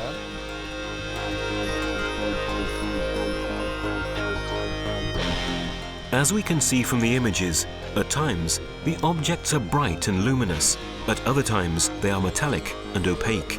This is clear evidence of their multiform nature, the manifestation of a technology that is still beyond our understanding.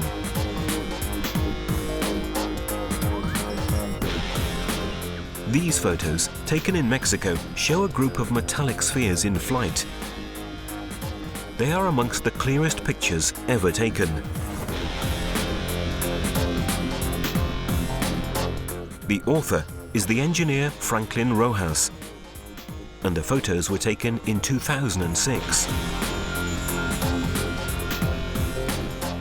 The similarity with the spheres photographed by the Hispanic-American contactee Paul Villa in New Mexico in 1966 is extraordinary.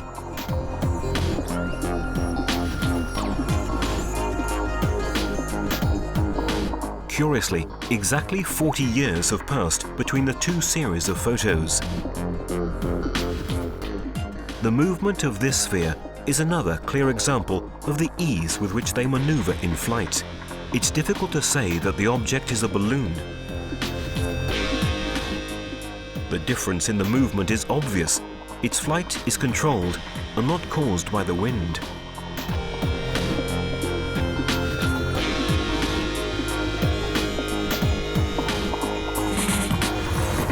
When it stops almost completely, it's even more difficult to say that.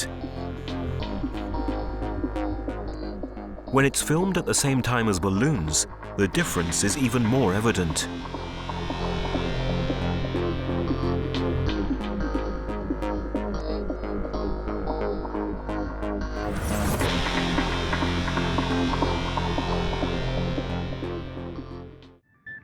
Salvador Guerrero has been a vigilante for many years, and he is the author of numerous very important films, which are now part of the history of the UFO phenomenon. Y es una satisfacción. Why do I enjoy it? Not because I want to be the best, but one of the many people who have proof of the UFO phenomenon, Que está la expectativa. who are waiting for the UFO to show themselves. There are people who film birds, who film hurricanes, and people who film UFO, unidentified objects. Often the spheres appear in formations, sometimes numerous, and it was Salvador Guerrero who filmed this document, 6 spheres in a J shape flying over Mexico City. When I come across these objects, it is very exciting for me to be able to film them. Not only to talk about them, but to be able to record them on video using modern technology.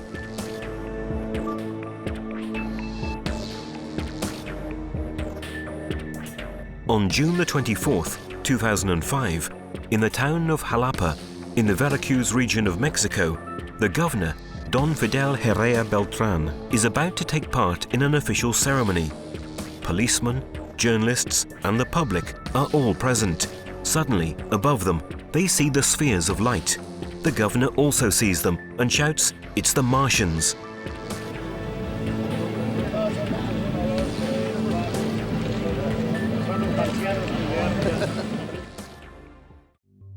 Certainly, amongst the phenomena linked to the spheres, one of the most spectacular is the flotillas. The films by Arturo Robles Gil are undeniable evidence.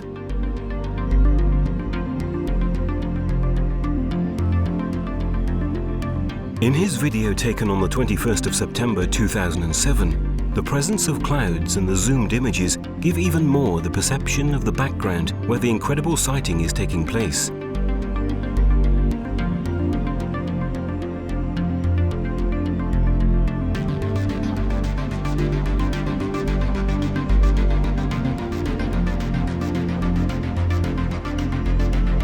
The formations continue to appear.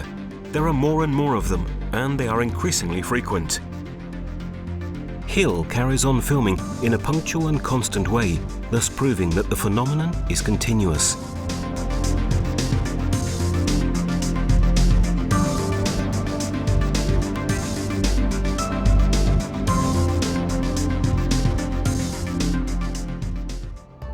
This event is now evident in various parts of the world.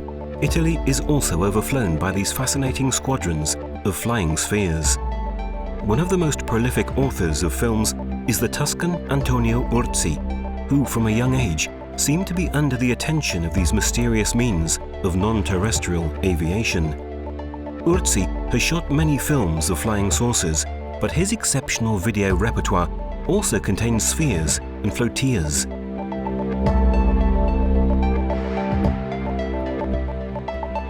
A contactee case that is attracting the attention of the main researchers and international media. These are a few images of flotillas that Urzi filmed in Italy. But the most striking video that he caught was on the 4th of September 2009 in downtown Milan near the famous Alla Scala theatre. He sighted a not-so-large flotilla flying over the buildings.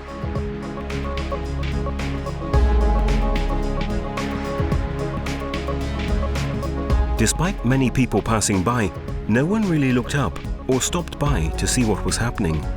Fortunately, after a few minutes, a cameraman of Rai region Lombardy passed by. Antonio managed to grab his attention, so the exceptional event was also filmed by the professional camera of the Rai operator. C'è la flotilla, filmo con la telecamera. Corri, vieni qua, ci sono tutte le sfere come in Messico. Vai laggiù sul punto là. Corri.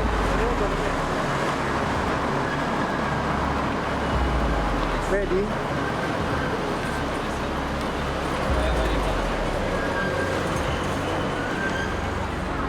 Ce la fai vedere?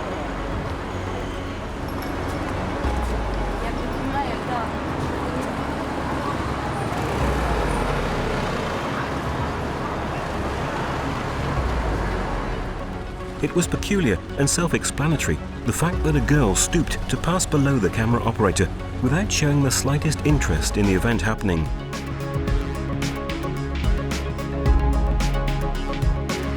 Antonio eventually also shot the street where the event occurred.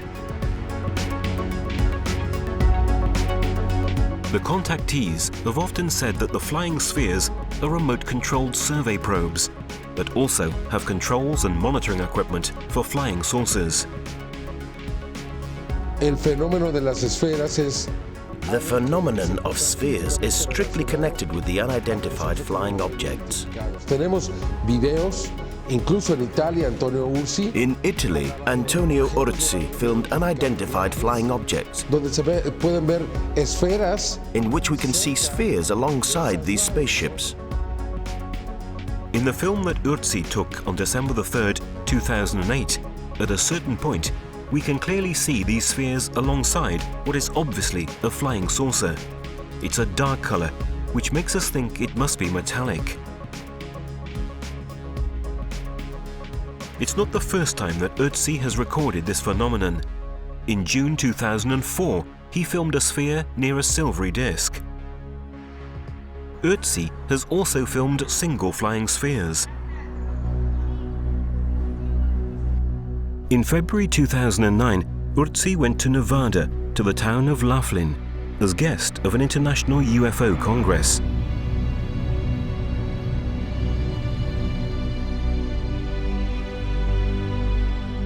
An event that lasts an entire week and that every year brings together the leading world experts on UFOs and related phenomena. On the morning of the 27th of February, Antonio and his wife Simona sighted and filmed a white sphere flying right above the convention center where the Congress was taking place. It is a rather rare occurrence that these objects show themselves in places where there are events dedicated to them. È fermo, eh? Guarda l'oggetto. È andato via subito. Perché no...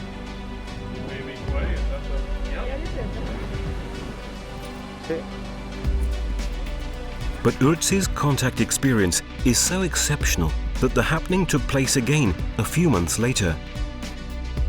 In June 2009, in fact, Antonio was in Istanbul, Turkey, again as guest of an international UFO congress. During the event, he sighted a large sphere of light and started filming. His cries attracted many people from the audience that were listening to the speakers of the congress. Thus, dozens of people witnessed Ötzi's sighting. This fact had such a large impact that it attracted the attention of Turkish media, who made many reports of the event.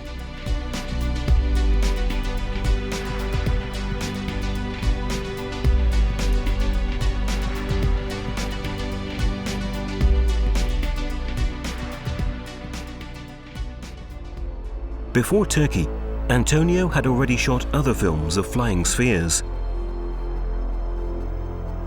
This video was taken on May the 24th, 2009. The sphere is flying over the blocks of flats in Cinisello, Balsamo.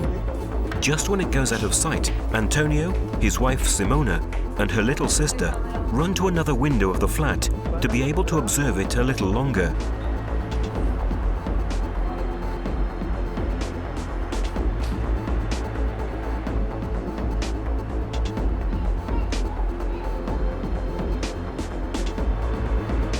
Questo è bello, eh? Hai visto roba? L'ho preso.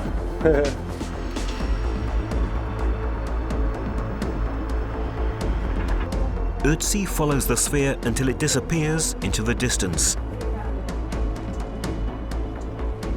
Faccio il frame la differenza con l'aereo. The next images of an airplane show the obvious difference between the two vehicles.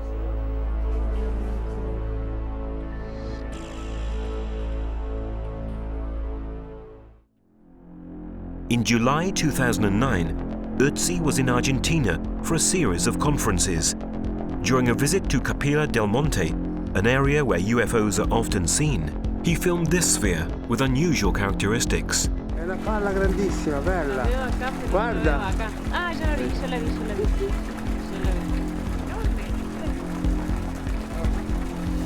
Bueno. His wife Simona and other friends are with him. The film becomes even more interesting when the sphere goes behind the bushes. At the end of the video, Ötzi also films the other witnesses. Mira. Mira dietro, Simo, è fantastico.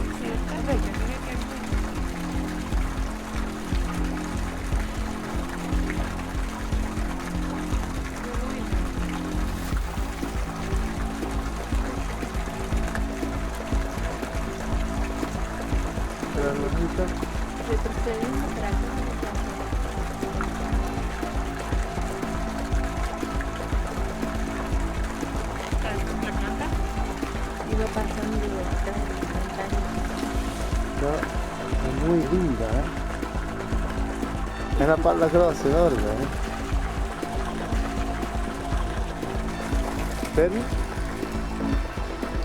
Los testigos.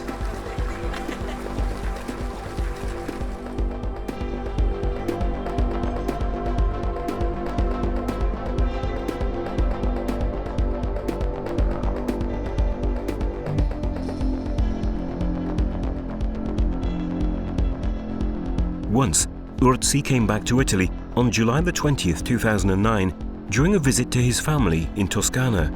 He films again a flying sphere overflying the skies.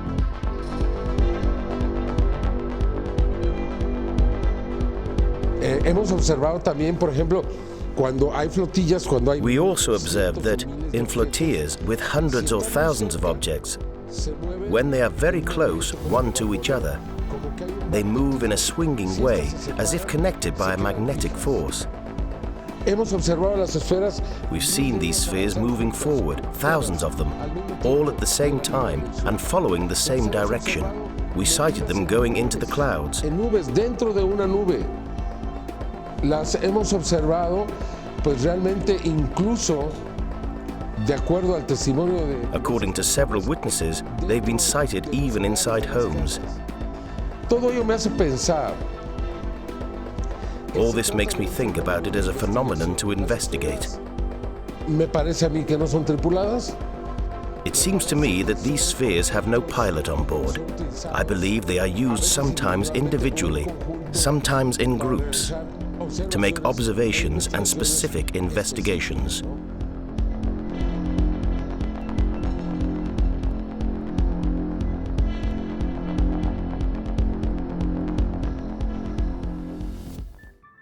The appearance of the Ibanes, which is the Spanish acronym of Unidentified Aerial Biological Entities, the incredible snake-like flying objects, has complicated the incredible phenomenon of flying spheres even further. The first sightings date from the 90s. Since the year 2000, they have continued to appear, giving the scholars a really difficult problem to solve and, above all, to accept. In fact, the phenomenon is completely beyond our recognized parameters for aircraft technology. With the Ibanes, the boundaries between biological nature and technological nature seem to blend. Tiene un comportamiento como el de un ser vivo. Which is to say that it behaves as if it were a living being. Se mueven de manera orgánica. These Ibanes move as if they were enormous worms in an organic way. There are some really exceptional films of these objects.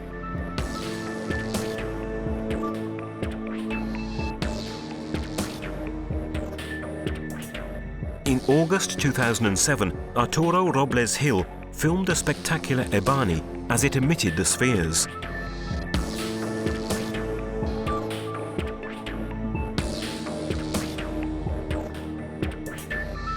As the object moves into the clouds, we can see how high it is, and consequently, just how huge it is.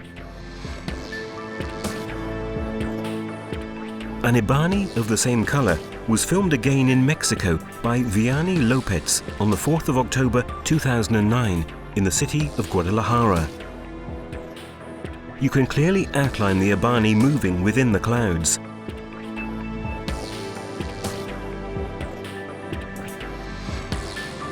Hill too has filmed these serpent-shaped objects literally entering inside the clouds.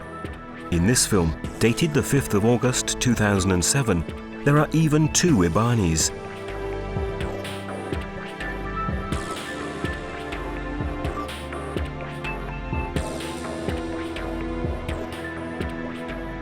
Once again, on November the 17th, 2008, Hill filmed another Ibane emitting spheres. This time, the apparatus is an irregular shape, and it clearly shows the polyhedric and multiform nature of these flying biological entities. These films suggest that the Ibanes are a sort of aircraft carrier that transports the spheres. Pienso que estos cuerpos enormes de gusanos. I think that these enormous bodies, like snakes, are the way in which the spheres are transported and moved around. Es mucho más fácil poder mover a un centenar o... It's much easier to move hundreds or thousands of spheres in a solid, closed body rather than individually. Entonces, yo pienso que... So, I think that the Ibanes are the origin of the phenomenon of the flotillas and of the flying spheres themselves.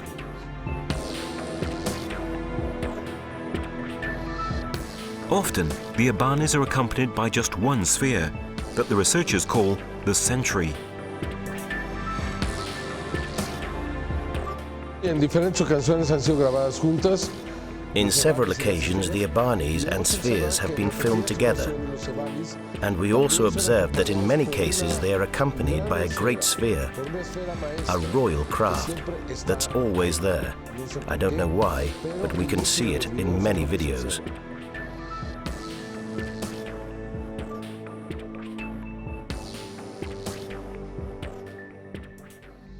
At other times, they appear together with the flotillas, as we can see in this Mexican film from 2007. We can see the phenomena progressively taking shape in this film by the Mexican Octavio Fernandez.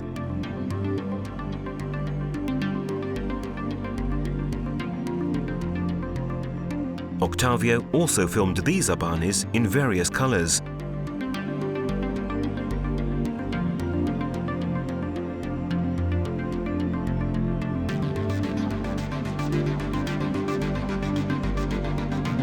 Together with Hill's footage, the Abanis filmed by Fernandez are among the most numerous in the world.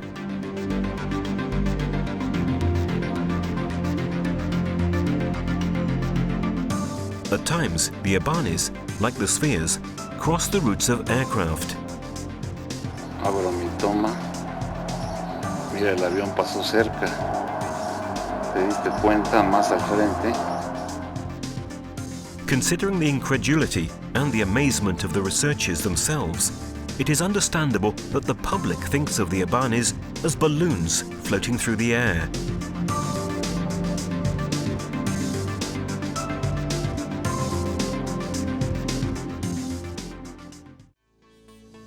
Everything we've seen about the flying spheres already seems complex and incredible, but in May 2009, the Mexican skywatcher Alfredo Carrillo filmed a phenomenon that has never been seen before. All the objects are dark-colored, the witness is filming against the sun. But there are more surprises to come. The event is also being filmed at the same time by another witness, the Mexican Pedro Hernandez.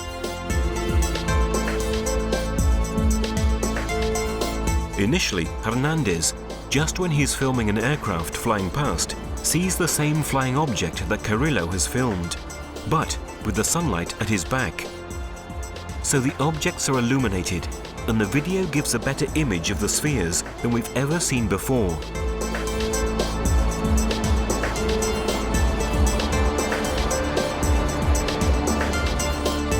Probably, Hernandez is closer to the phenomenon he is filming.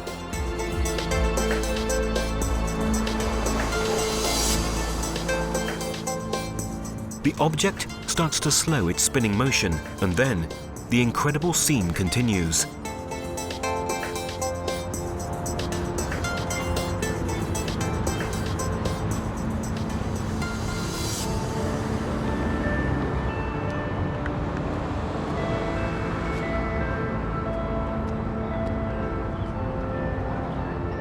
Slowly, a flotilla begins to form.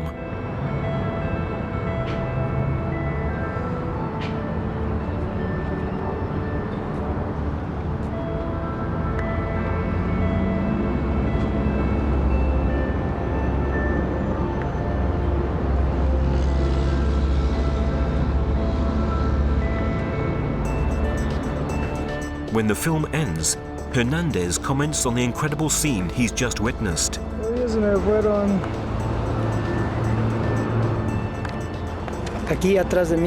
Here behind me there were UFOs moving around, really beautiful. They were yellow, they were really beautiful, and they were here, just behind me. Comparing the two videos of Carrillo and Hernandez, we can clearly see that it really is the same phenomenon.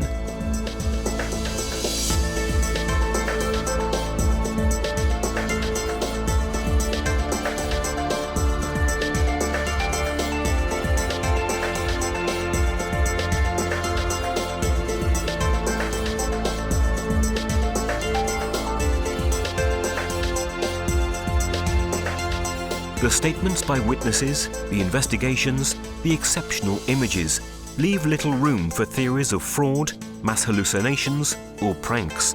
It is really difficult to think that the spheres are not real or the result of intelligent life.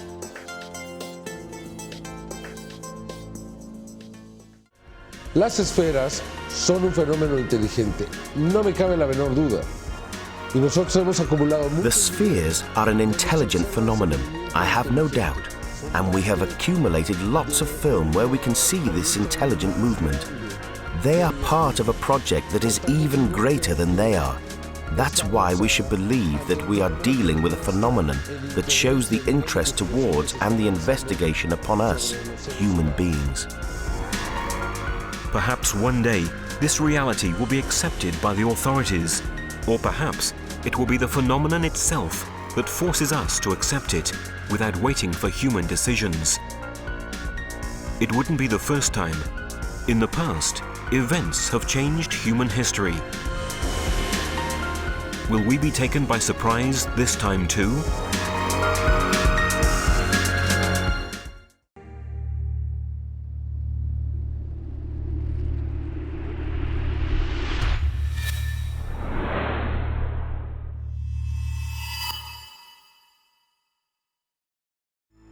In South England, for a few decades, an incredible phenomenon has been taking place, fascinating and unsettling at the same time: the crop circles. The message transmitted by these fascinating figures could have a great value for humanity. What if it were a new attempt at communication? Such a theory is definitely revolutionary, but there are strong obstacles deriving from the skepticism that circulates around the crop circles phenomenon.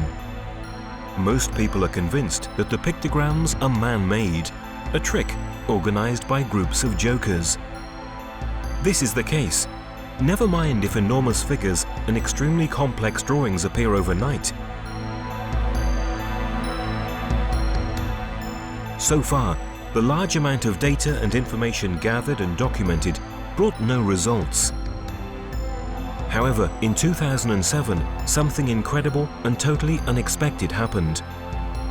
An event that shook the scientific approach to the phenomenon, strongly rebounding the theory that it is not a human work, but rather a form of communication made by a non-terrestrial intelligence. Is it possible that an alien civilization is trying to talk to us?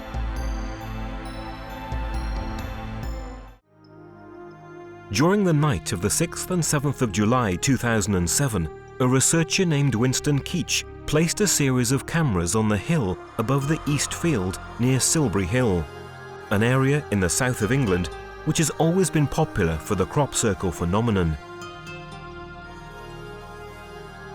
Other researchers joined Mr. Keach. Gary King, a lawyer very keen on this phenomenon, and his girlfriend Paula. And at about 1:30 a.m. we went along to Knapp Hill. Arriving there, we met up with the cameraman that I'd met earlier in the day in the cafe, and he had a set of cameras with him on top of the hill, and he explained to me that he had some more cameras set up in his vehicle which he'd pulled through and parked on the hill overlooking Eastfield as well. When I got there, he told me that the two cameras that were in the car were infrared and visible light capabilities and very sensitive.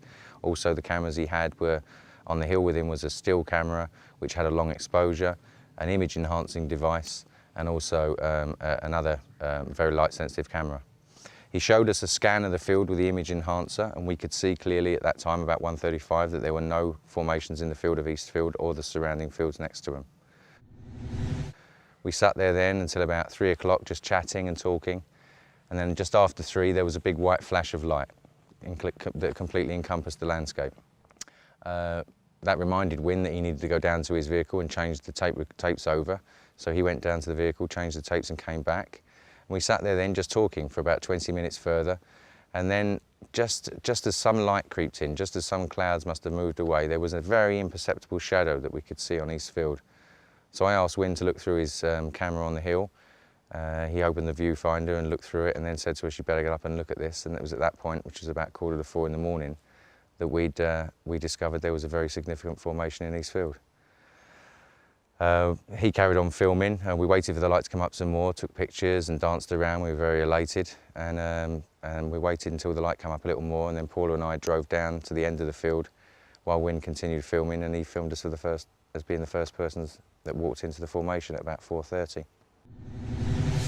On later analysis of the footage that was taken in the car, there were two cameras running constantly all night from about 11 o'clock until 5 o'clock. So it completely covers the field. If any light would have been in that field, it would have been detected. And we've got cars and vehicles driving past at various times that are all logged, and the times of them are logged. So we know that the tapes are running for that period of time. There's about 16 hours of footage in total.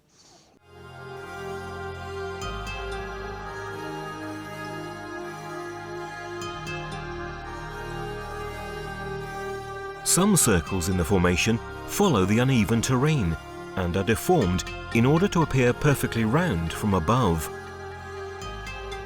A further evidence that indicates the inexplicable nature of crop circles.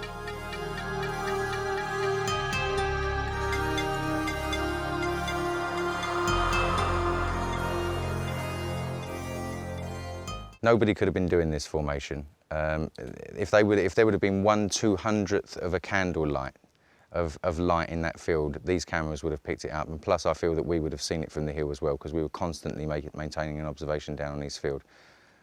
Quite apart from the logistical aspect of making the formation like this, the complexity, the size of the formation, the fact that the circles are ovals so that they look circular from the air. However, there is more to be surprised about. When they watched the recorded tapes, Gary King and the others realized that the cameras had caught the beam of light that reminded Wynne to change the tape. When we analysed those tapes, we found that the first visible signs of the formation through the lenses of those cameras was actually at 3:20 AM, and that the light flash that was picked up on the end of the first tape registered for 3.5 milliseconds as an EM pulse, which is very similar to a bolt of lightning. And it was 7 minutes after that, at 3:20, that the first signs of the formation were picked up by the cameras in the car. But we again didn't see them until about 20 minutes after that. As far as I know, this is the only time that anything like this, where continuous footage, continuous tapes have been running all night and captured the field and eliminated any evidence of anybody being in there with any laser alignment measurement devices or lights of any kind. As far as I know, this is the best footage and most comprehensive footage available of when a crop circle takes. A crop circle appeared in the space of one night. An incredible event caught by Winston Keach's cameras and witnessed by Gary King and Paula. Finally, this is the definite proof that crop circles have an alien origin. What happened in East Field on July the 7th, 2007 is bound to be remembered as one of the most significant events since the beginning of the phenomenon in the 70s. Moreover, another consideration is added to this. If the real origin of the crop circles were human, we would be facing a repeated act of vandalism against the owners of the fields in which the pictograms occur. But so far, no one has ever taken any legal action against unknown persons for the damages suffered. So the question arises, is it possible that the British farmers themselves may have the perception of the unusual and complex nature of the crop circles? Michael Glickman is one of the main historical investigators of the phenomenon. He tried several times to convince the owners of the fields on which the pictograms appeared to denounce the damage suffered to the authorities. They're frightened. I've been to the farmers and I've said, here is a photograph of what you have got in your field. And they go, I don't want to see, don't show me this. They're scared. In addition to the claims by Michael Glickman, the direct testimony of the owner of a field where in 2007 a pictogram appeared is particularly interesting. I never saw anybody make it, and it appeared, I think, in the middle of the night. It's a real work of art, very precisely created and very accurately. And it was in a crop of wheat, which was flattened onto the ground, and it makes it very difficult to harvest it when it's like that. So I estimate that it was probably about an acre of wheat which was spoilt. When I first looked at it, it looked extremely disappointing. It just looked like a bit of vandalism, destruction. My first reaction was to prevent anybody from coming to see it, because I thought they would do a lot more damage by walking into the field and traipsing about in my crop. But a few people arrived and they were very persuasive, and so I allowed them to come in and have a look around. And they were all very nice people. I think the most interesting thing about the crop circle was the people who came to see it, actually. We had some extraordinary people, and they were all convinced that there was some outside power from outer space coming to create this thing. And it wasn't until we saw the photographs taken from the air that we realized what a beautiful thing it was. No, never forget. And luckily we've got lots of pictures. A bit disappointing to look at on the ground because you couldn't really see the formation, but the photographs taken from airplanes are absolutely amazing. And it was such a huge area, and it's very difficult to imagine how human beings could make that, because there would be so much measuring involved, and none of us can understand. Not all farmers, though, were that keen. In August 2007, a formation had not been visited by anyone because of the violent opposition of the owner of the land. The farmer fiercely threw out anyone who approached his land with the intention to visit the pictogram, and harvested it a few hours after its appearance. We've just been thrown out from the property in which the formation appeared, near the city of Marlborough.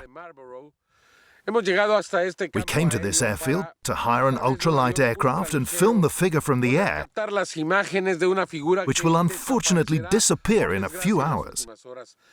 A figure over 100 meters across. A figure it has not been possible to investigate, but on the basis of what we have seen, it seems extraordinary. I hope that when we do fly over the area, the figure will still be there. Let's hope we're a little lucky. Luckily, it was possible to photograph the circle before it was removed by the threshers. In fact, the wheat had not been harvested yet, and so the pictures show the figure imprinted in the field in all its beauty and harmony. It stands out as the circle is very close to the farm. Actually, it would have been virtually impossible to make that gigantic symbol at night, and especially without letting the owner of the field notice anything. For a few decades, the crop circles have been causing excitement, fascination, divisions, and curiosity. The simplest questions have not yet found an answer. Who produces these designs, and why? The answers of science and of hoaxes. Groups of counterfeiters who make pictograms are not sufficient. Too often, the most spectacular formations have appeared over one single night, maybe even in bad weather, such as the famous one of Milk Hill in 2001. The greatest pictogram ever appeared until then, consisting of 409 circles occupying an area of 90,000 square meters. Such events give even more credit to the theory of the non-human origin of the crop circles. A phenomenon that could really be the manifestation of a project concerning the entire human race? Charles Mallet, researcher for many years and owner of the Silent Circle Cafe, the most important meeting and information point for the scholars of this phenomenon, has no doubt about it.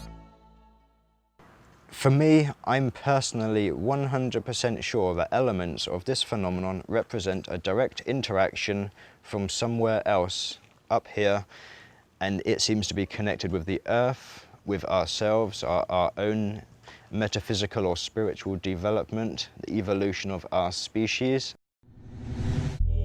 Once upon a time, there was a people who possessed a considerable knowledge, a civilization whose messages have been handed over to us through time, a people whose prophecies have impressively started to come true. The Mayas. The eternal charm of mystery encloses the deep knowledge of this ancient civilization, whose memory has been lost in the mists of time. Among the most important Mayan documents where their prophecies are reported, there is certainly the Dresden Code. This is one of the 3 existing codes which survived the destructive fury of the conquistadors. Called after the German city where it's kept, the Dresden Code is the most informative one. It contains forecasts anticipating with astonishing accuracy some astronomical phenomena and events that will take place even in the distant future. In this code is held one of the most impressive astronomical predictions of the Maya. In fact, they predicted centuries in advance, with an error of just a few seconds, the eclipse of the 11th of August 1991, one of the most spectacular of the last century that took place in Mexico. This eclipse is associated with a figure that represents death, sitting on a throne of bones. It symbolizes the old age, the era that is ending. The prediction or prophecy says, "Woe to you people of the earth, the end of the jaguar nights will come, together with the beginning of a new era that will rise from the ashes of the previous one. It will be the time of the encounter with the lords of the stars." Therefore, the eclipse is considered by the Mayas as the starting point of the process bringing the end of the old era and the encounter with the masters from the stars. Could it mean the contact between humanity and an alien civilization coming from the cosmos? Will it be through this contact that mankind will live the new golden age anticipated by the Mayas? On the 11th of August 1991, a disc-shaped unidentified object was sighted in the skies over Mexico City. It was the beginning of a long series of sightings by witnesses of an unprecedented wave of UFOs along the whole Mexican territory. Afterwards, incredible waves also occurred in other parts of the world, like Belgium and ex-USSR countries, increasing the general attention on the UFO phenomena like never before. And what about the crop circles? Remarkably, since that year, the circles started appearing with greater frequency, and the figures became more complex and fascinating. It was as if both phenomena obey the same command, as if they were part of the same project. Almost using the same language of the Mayan prophecy contained in the Dresden Code, the Lords of the Circles put a signature on the English fields by using a symbol that belongs to the Sumerian civilization. It is called Din Jir and appeared in 1992, incorporated into a pictogram representing the solar logos, which also means union of heaven and earth. The symbol Din Jir means the just people traveling on celestial ships of fire. Who are the just people, and what about the celestial ships of fire? Is it a coincidence that the Din Jir appears together with another symbol that indicates link, union between heaven and earth? The similarity with what was announced by the Mayas is extraordinary, but there is more. Why a Sumerian symbol and not a Mayan one? What is the connection between this symbol, the Dresden Code prophecy, and UFOs? The answer might come from the experience of an American policeman, Lonnie Zamora, on the 24th of April 1964, near the town of Socorro, New Mexico. In 1964, New Mexico, the policeman Lonnie Zamora witnessed the landing of an object of unknown nature. He talked about it to his colleagues who arrived soon after the object had flown away. The ground was deeply embossed. That confirmed the landing of the object. On the side of the UFO, Zamora saw a particular symbol, a sort of arrow inside a semicircle. When his colleagues arrived a few minutes after the happening, the ground was still hot and the policeman was visibly shaken.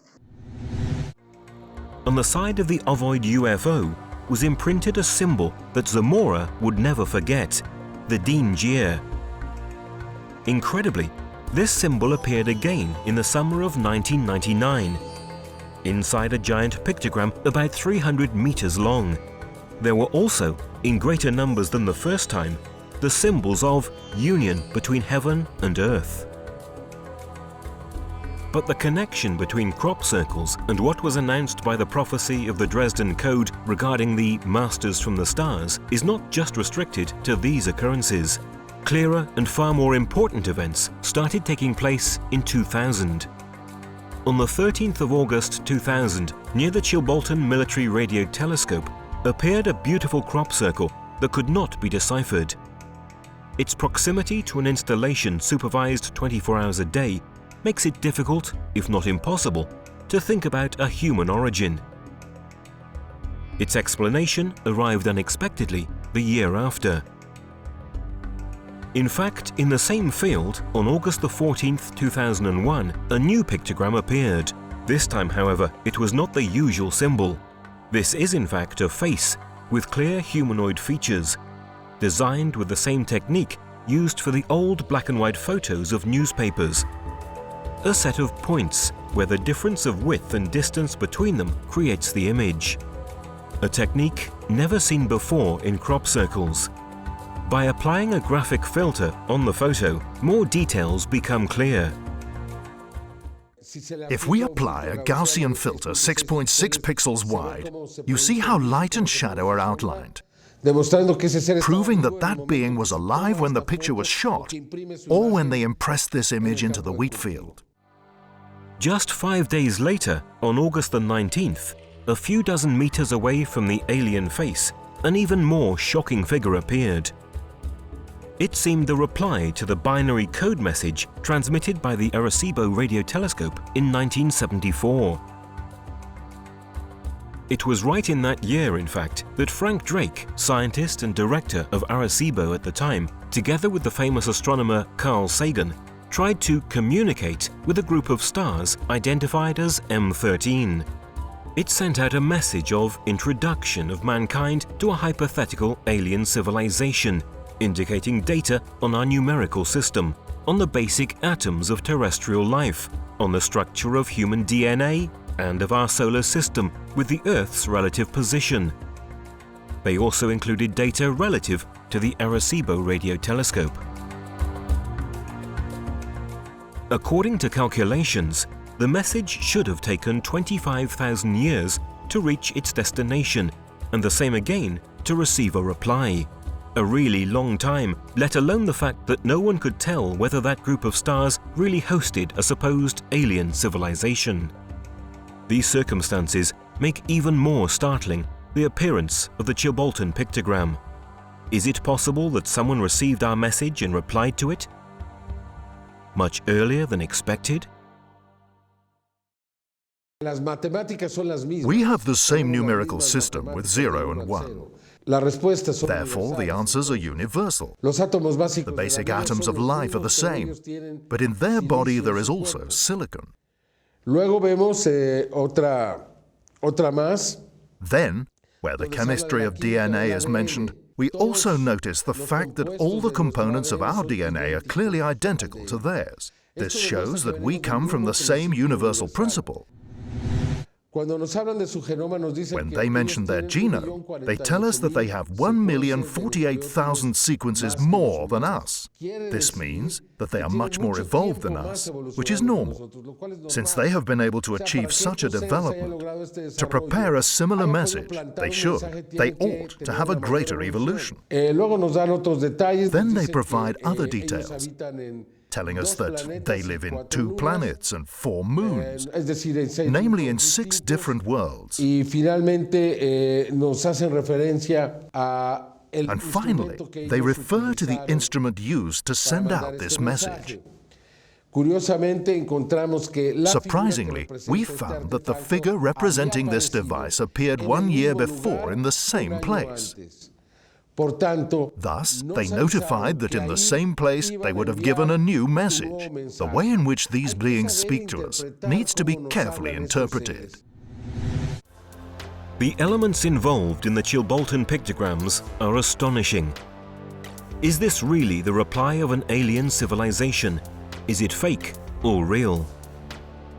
The Mayan Dresden Code announces that, starting from the 1991 eclipse, it has begun a process that will lead humanity to the encounter with the Lords of the Stars. Are these events part of it? 1 year after the Arecibo reply, exactly on the 15th of August 2002, in the fields of Crabwood Farm, west of Winchester, there appeared an even more amazing crop circle. It depicts an alien who holds a CD on which is carved a binary code message. This is the ASCII programming language for computers. Some researchers have decoded it. This figure tells us several things, very interesting indeed. It tells us, beware the bearers of false gifts and their broken promises. Yo no sé si esto se dirige hacia lo que significa. I don't know if this is related to what is, meaning global warming, or to wrong messages that they have given us, or if, on the other hand, it is directly related to the beginning of the war in Iraq. Given that this warning, this message, appeared in August 2002, then, in the same message it says, much pain but still time. Again, we can attribute this to both issues, either what was happening on Earth or the Iraqi war. Then it goes on to say, believe there is good out there, which is the most important phrase, because it tells us that God exists, it tells us that the good, the upright exist, that they are our friends. I reckon it is an optimistic message for that reason. And finally it tells us, the message is closing. We don't know if this means that the communication would end there. I definitely hope not. The so-called alien face from Crabwood Farm has raised much controversy about its authenticity. Yet, after many years, nobody has shown it to be a fake, and no one has claimed its creation.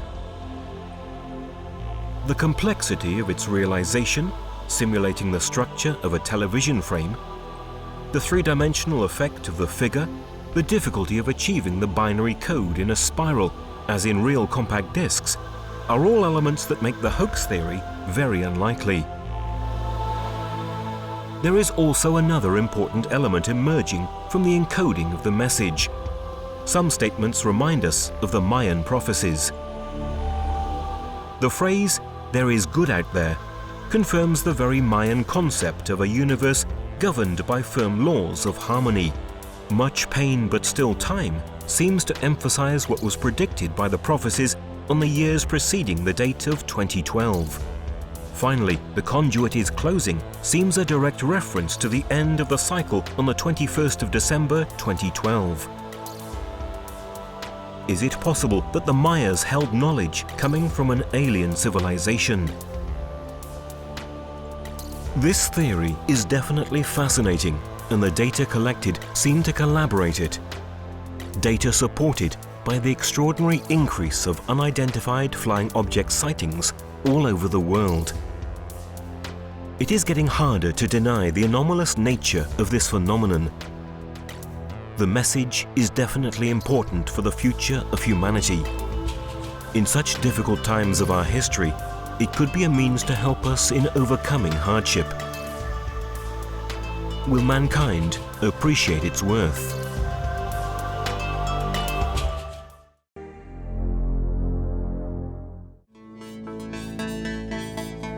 Of all the various kinds of UFO-related phenomena that have materialized, the so-called light spheres certainly hold a particularly important place. These objects have recently gained greater popularity, thanks in part to the studies conducted by Dr. Elzio Hasselhoff.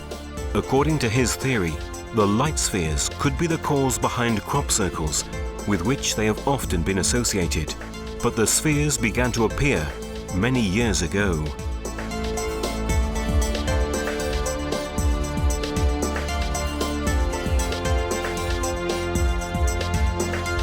During the Second World War, airplane pilots on both sides of the war reported on several occasions that they were flanked by mysterious light spheres during their missions. These spheres could execute maneuvers that would have been impossible for the pilots' airplanes.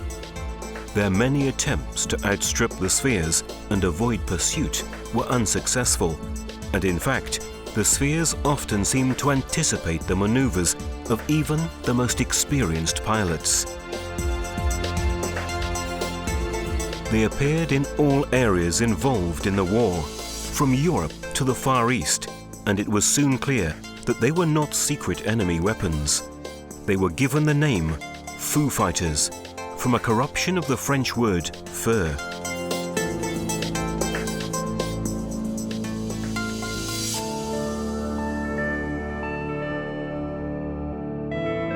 The objects appeared to be glowing, bright spheres in colors ranging between red, orange, yellow, white, and green. The instruments aboard the planes experienced malfunctioning when these mysterious craft appeared, and once radar technology became operative, the pilots realized that the craft were not detected by their radar devices. El fenómeno de las esferas se inicia en la Segunda Guerra Mundial.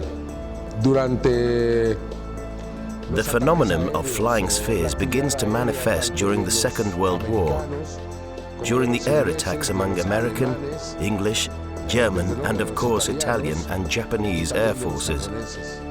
Cada una de estas fuerzas aéreas tuvo reportes y supo de la presencia. They all reported the presence of these spheres. Each of them thought they were secret enemies' weapons. And so they were frightened as they moved with great freedom. They could come very close to or move away from airplanes, almost passing between them. The committees established by both the Allies and the Germans to investigate the phenomenon did not officially reach any serious result. Initially, the pilots and their superiors were bewildered and understandably afraid that the spheres were secret enemy weapons. They later became accustomed to this presence, considering it innocuous. According to the pilot's statements, the objects were filmed on several occasions, but the films have since been kept in secret military archives. Footage filmed by random witnesses began to appear in the 1950s. These films showed the objects both alone and in groups, and what we see in the images confirms the statements made by the military pilots. In this film, we see that the cameraman has located a sphere hovering in the sky and an airplane flying nearby. Amongst the first to suggest that these craft may be extraterrestrial was the Polish-American George Adamski, the first and most famous of the contactees, that is, human beings who come into repeated contact with beings presumed to have come from other worlds. Adamski declared that these flying objects were remote-controlled surveying probes that extraplanetary spaceships had launched into Earth's orbit for study purposes. Their shape could be spherical or disc-like, and their size could vary from just a few centimeters to several meters in diameter. He filmed a number of them in flight. Over the course of the years, further films added to the wealth of footage showing these mysterious craft, giving a sense of continuity to their mysterious presence and origins. This film was recorded in January 1976 over Wiltshire during an experimental Concorde flight. It was filmed by British Airways staff working on another plane. The maneuvers that the white sphere executes are perfect examples of what the military pilots had described during the Second World War. The object flies beside the Concorde, glides along its windows, and then, suddenly, darts upward at top speed. In recent years, these probes have come ever closer to cities, at times flying literally right above the rooftops, sometimes even closer to our streets.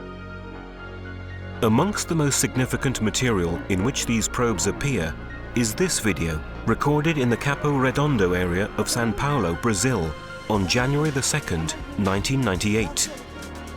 This video is all the more interesting because the object was sighted very close to an inhabited area. The object, which measures approximately 20 centimeters, made no noise and was found about 200 meters from the young man who witnessed it, Alan Bruno de Oliveira. A remarkable number of witnesses saw the apparatus undergo transformations. This was made possible by its proximity to the witnesses, as well as the duration of the sighting. Over the course of half an hour, the probe completed several transformations above the houses of Capo Redondo. The movements that the little craft made suggest that a form of intelligence is driving it, halting sharply and suddenly changing direction and speed. It seems to have its own propulsion mechanism.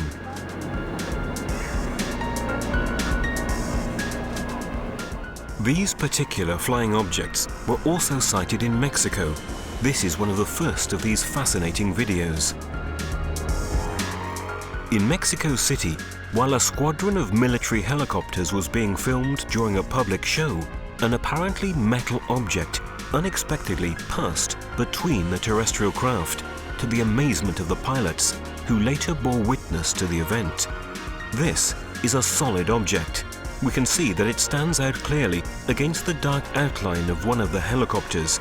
It makes a diagonal descending trajectory, and it is most certainly equipped with its own propulsion system, because it flies through the strong vortex of air created by the helicopter's rotary blades without experiencing any disturbance.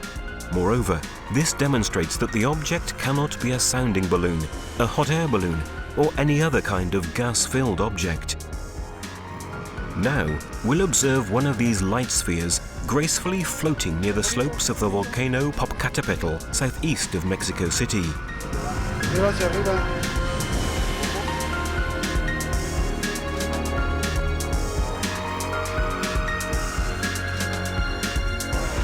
This document shows another one of these spheres flying at a very low altitude above the Mexican city of Guadalajara.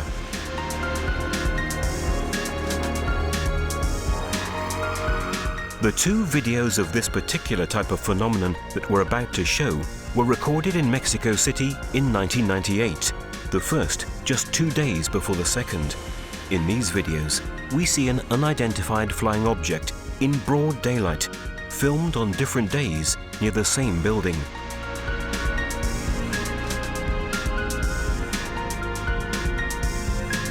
In the first video, the object hovers by the side of the building. When the witness zooms in, we can clearly see the remarkable brightness of the rosy color that the sphere emanates.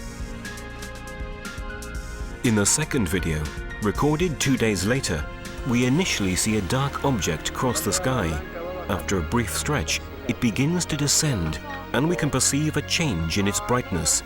After a slow and indecisive glide, we see it move once again along the side of the same building, shown in the previous video. Then it rises again and slowly moves away.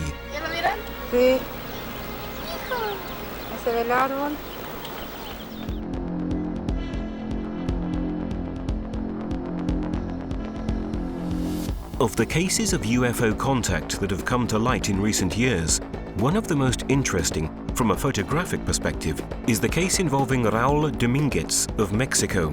Domínguez has photographed classic flying saucers as well as small spherical ships like those we've seen in these videos. The objects seem to be made of metal.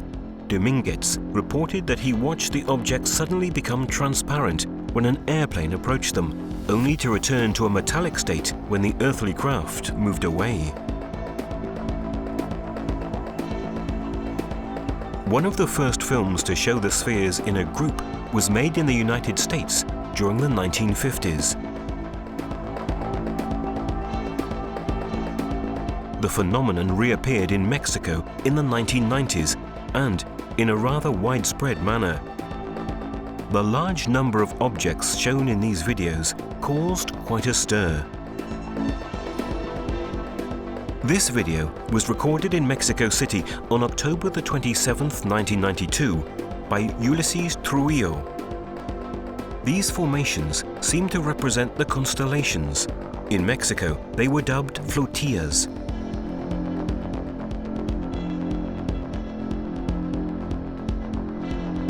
In this short video, one of the objects increases speed and, flying vertically, passes by a slower object.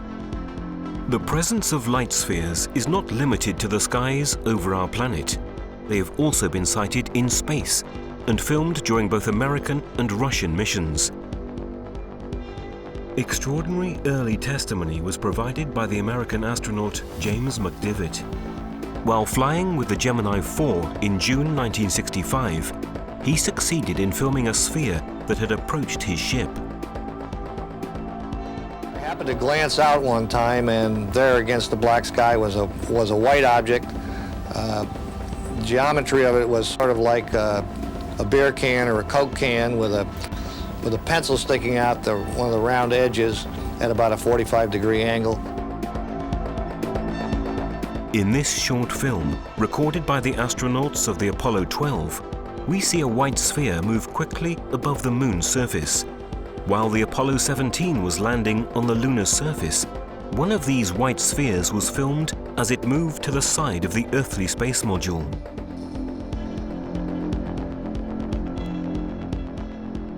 During mission STS-51A of the American shuttle Discovery in November 1984, an apparently metal object entered into the video camera's field of vision, making a quick maneuver to the right and then disappearing again.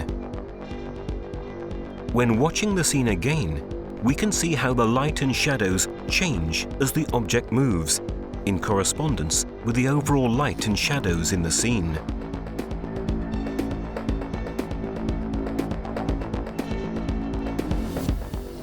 This was not the first occasion in which the video cameras installed on the shuttle detected these objects.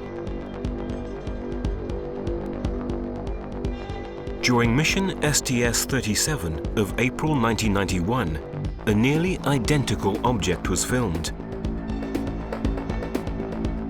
This time, the object didn't disappear straight away, but rather it swayed in front of the video camera long enough for us to observe its features more closely. In a close-up, we can observe a slight swinging motion as the object hovers in front of the lens.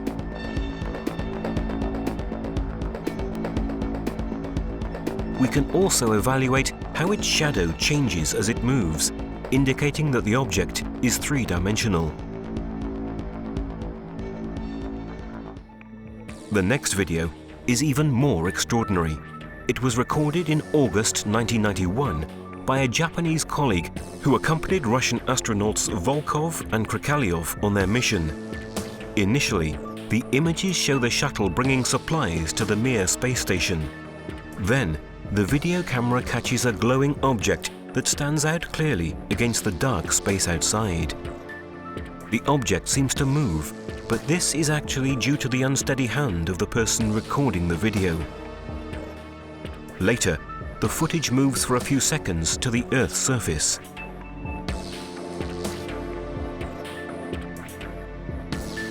When the camera returns to the glowing object filmed previously, we see that its distance from the planet has decreased, and it is quickly approaching our atmosphere.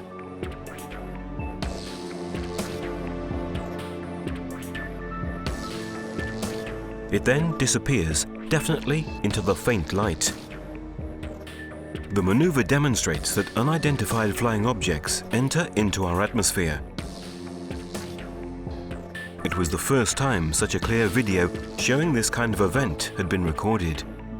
Specialists at the Russian Mission Control Center call these phenomena anomalies, a word that actually makes many significant implications.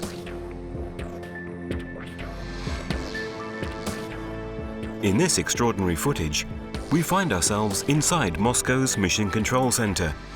We can see the Russian space station projected on the giant screen. The video camera filming it is on the American space shuttle Discovery, and it's filming the moment of separation from the Mir, which holds the astronauts Vladimir Solovyov and Nikolai Budarin. The large map shows the orbital route followed by the space station, which was near the coasts of South America at the time. At one point, the person filming in the control center turns the video camera toward the large screen to film a scene that seems truly unbelievable. We see a glowing, pulsing sphere coming from the lower right, fly sideways along the side of the orbit station, and immediately afterward, another sphere moves downward on the right-hand side of the screen. Then, on the right-hand side again, two further spheres appear, one above and one below, slowly moving across the field of vision. In the top left light panel, we can read the date and time, 18th of November 1995, at about 12:22. Finally, yet another spherical object appears from above, flying not far above the space station. The Russian Space Agency can give no real explanation regarding the nature of these spheres, which, as we've noted, they very concisely call anomalies.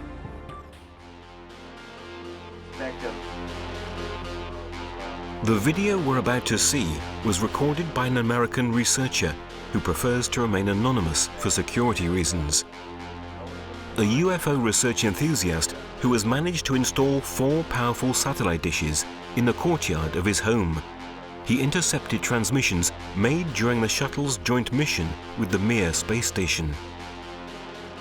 The images are astonishing. As the shuttle docks and separates from Mir, several pulsating objects can be seen twirling near the earthly shuttles.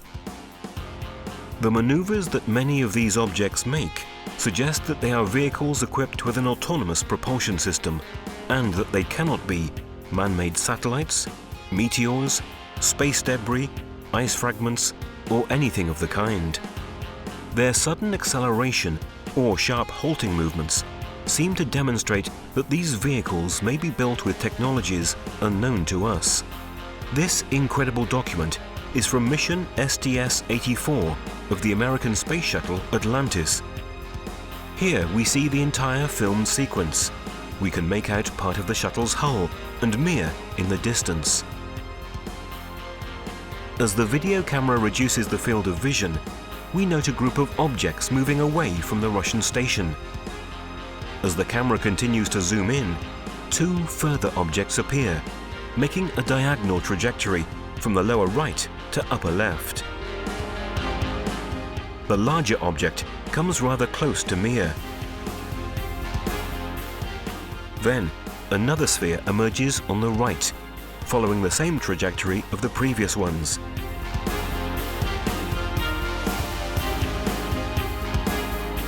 Immediately afterward, we note a white sphere in the lower right-hand corner of the screen, followed by other, smaller and faster objects.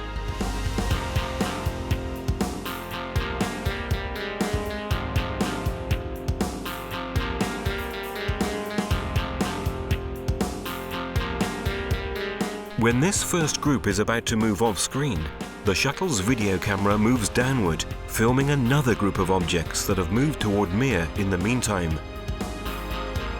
As we can see, the largest of the 3 objects halts its course and, accelerating slightly, it changes direction, moving more vertically than before.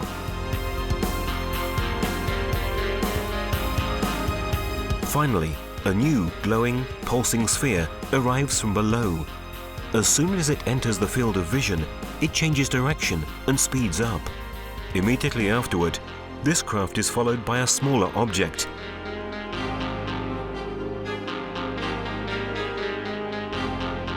And then by a second, which flies out from beneath the space station. We'll now see the most important phases of this extraordinary sequence, enlarged and at different speeds, to show the maneuvers more clearly.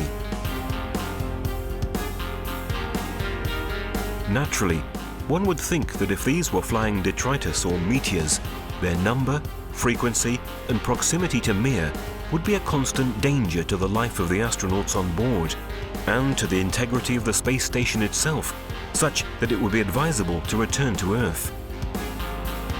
If this didn't happen, it may mean that many of the objects we've just seen are of an entirely different nature. According to the most recent scientific research, there is a direct link between light spheres and crop circles. In addition to statements made by various witnesses, there are videos in which we see these little white spheres floating above the fields where these fascinating designs have appeared. Of all the documents showing these objects, the one that has caused the most sensation is the video in which we can see spheres flying over a wheat field. In just a few seconds, a design looking like a snowflake appears in the field. The video was recorded at 5 o'clock in the morning on August the 11th, 1996 by John Wabley, an English crop circle enthusiast near Oliver Castle in England.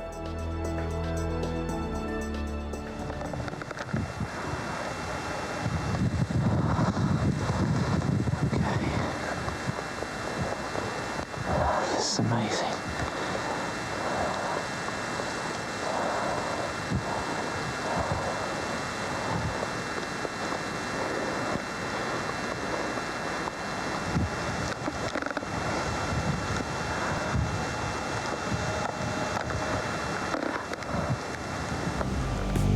There has been much controversy regarding the authenticity of this video, but careful analysis conducted by the American investigator Jim Diletoso, an expert in computerized video analysis, found no trace of falsification.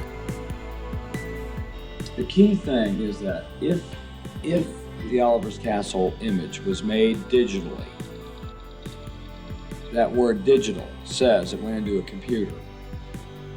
In the vertical interval signal of the copy that we have, there is no evidence that it was ever digital format.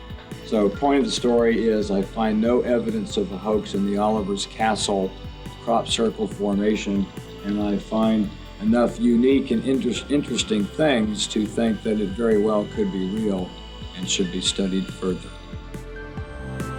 Other researchers have denied the authenticity of the video, but so far, no one has been able to provide valid evidence to support this argument.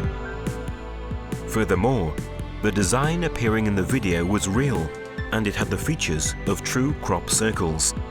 However, according to the famous English crop circle scholar, engineer Colin Andrews, some doubts have been raised due to the strange behavior of the person responsible for the video. So I am, unfortunately, as a researcher, not qualified in that field, simply to accept that Jim believes it, and others, it to be technically real, authentic, and yet the groundwork into the individual concerned is highly questionable. Rather than I am so sorry not to be able to totally embrace it. In any case, while waiting for a definitive verdict, the video gives us a visual idea of what happens in these cases, corresponding to the statements made by numerous reliable witnesses who have seen such a phenomenon take place. Strange story. People tell about balls of light, whatever they are, flying around in crop circles, flying over the fields, and sometimes even creating crop circles. Regardless of whether the video is authentic or a fake, one thing is certain: it illustrates what many people have observed throughout the world. The videos we've seen so far show an astonishing reality unknown to most. These documents have emerged thanks to the investigations conducted by researcher Giorgio Bongiovanni. I've been able to collect these videos and testimonies thanks to the cooperative relationship I've established with some of the leading ufological researchers and investigators throughout the world. Io ritengo che il pubblico debba conoscere queste testimonianze e questi filmati. I believe that the public ought to know about these testimonies and videos because today, after so much skepticism and disbelief, science is beginning to take these phenomena seriously, at least for study purposes. Amongst the scientifically valid studies on light spheres and their relationship to the crop circle phenomenon, the recent work of Professor Elzio Hasselhoff is quite noteworthy. The professor is currently one of the leading scholars of the crop circle phenomenon.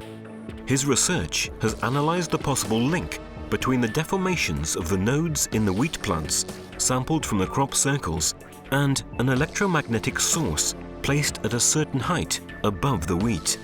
The result of these analyses is displayed in this graph. Each vertical bar represents the average length of 20 steles in a specific area within the circle. The perfect symmetry in the graph is astonishing.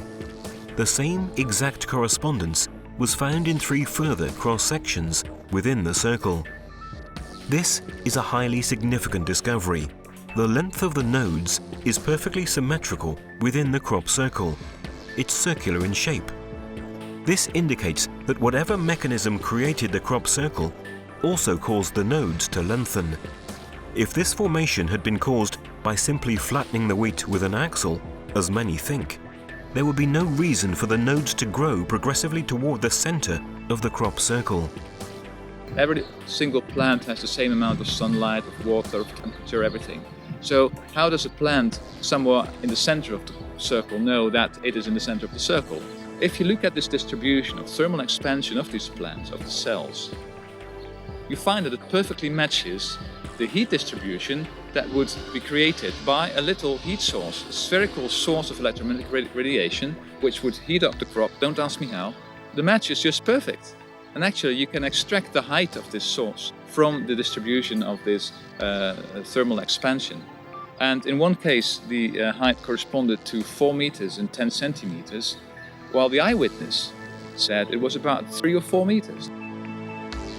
The measurements taken for the average length of the nodes have been discovered to correspond perfectly to theoretical values if the source of the radiation had been at a height of 4.1 meters above the plants. This finding perfectly fits the statements made by witnesses and the images shown in the Oliver Castle video. And you find quantitative evidence which corresponds perfectly to what these people say. So at that point in time, you can't just ignore what these people say. You should at least pay attention to them. Professor Hasselhoff has written an article giving details of identical results achieved in other crop circles. In the article, he arrives at the conclusion that the electromagnetic light spheres must be involved with the development of the crop circles. The article was published in Physiologia Plantarum, a scientific journal on plant physiology and biophysics. Thanks to this publication, the idea that the flying light spheres are in some way responsible for the crop circles is no longer just a hypothesis. Thus, what we've seen so far has confirmed that unusual objects are flying in our skies and producing extraordinary phenomena such as crop circles. The complex nature of the data gathered suggests that the phenomenon originates from a form of intelligence. It's up to us to continue seeking and to understand whether this intelligence has terrestrial origins.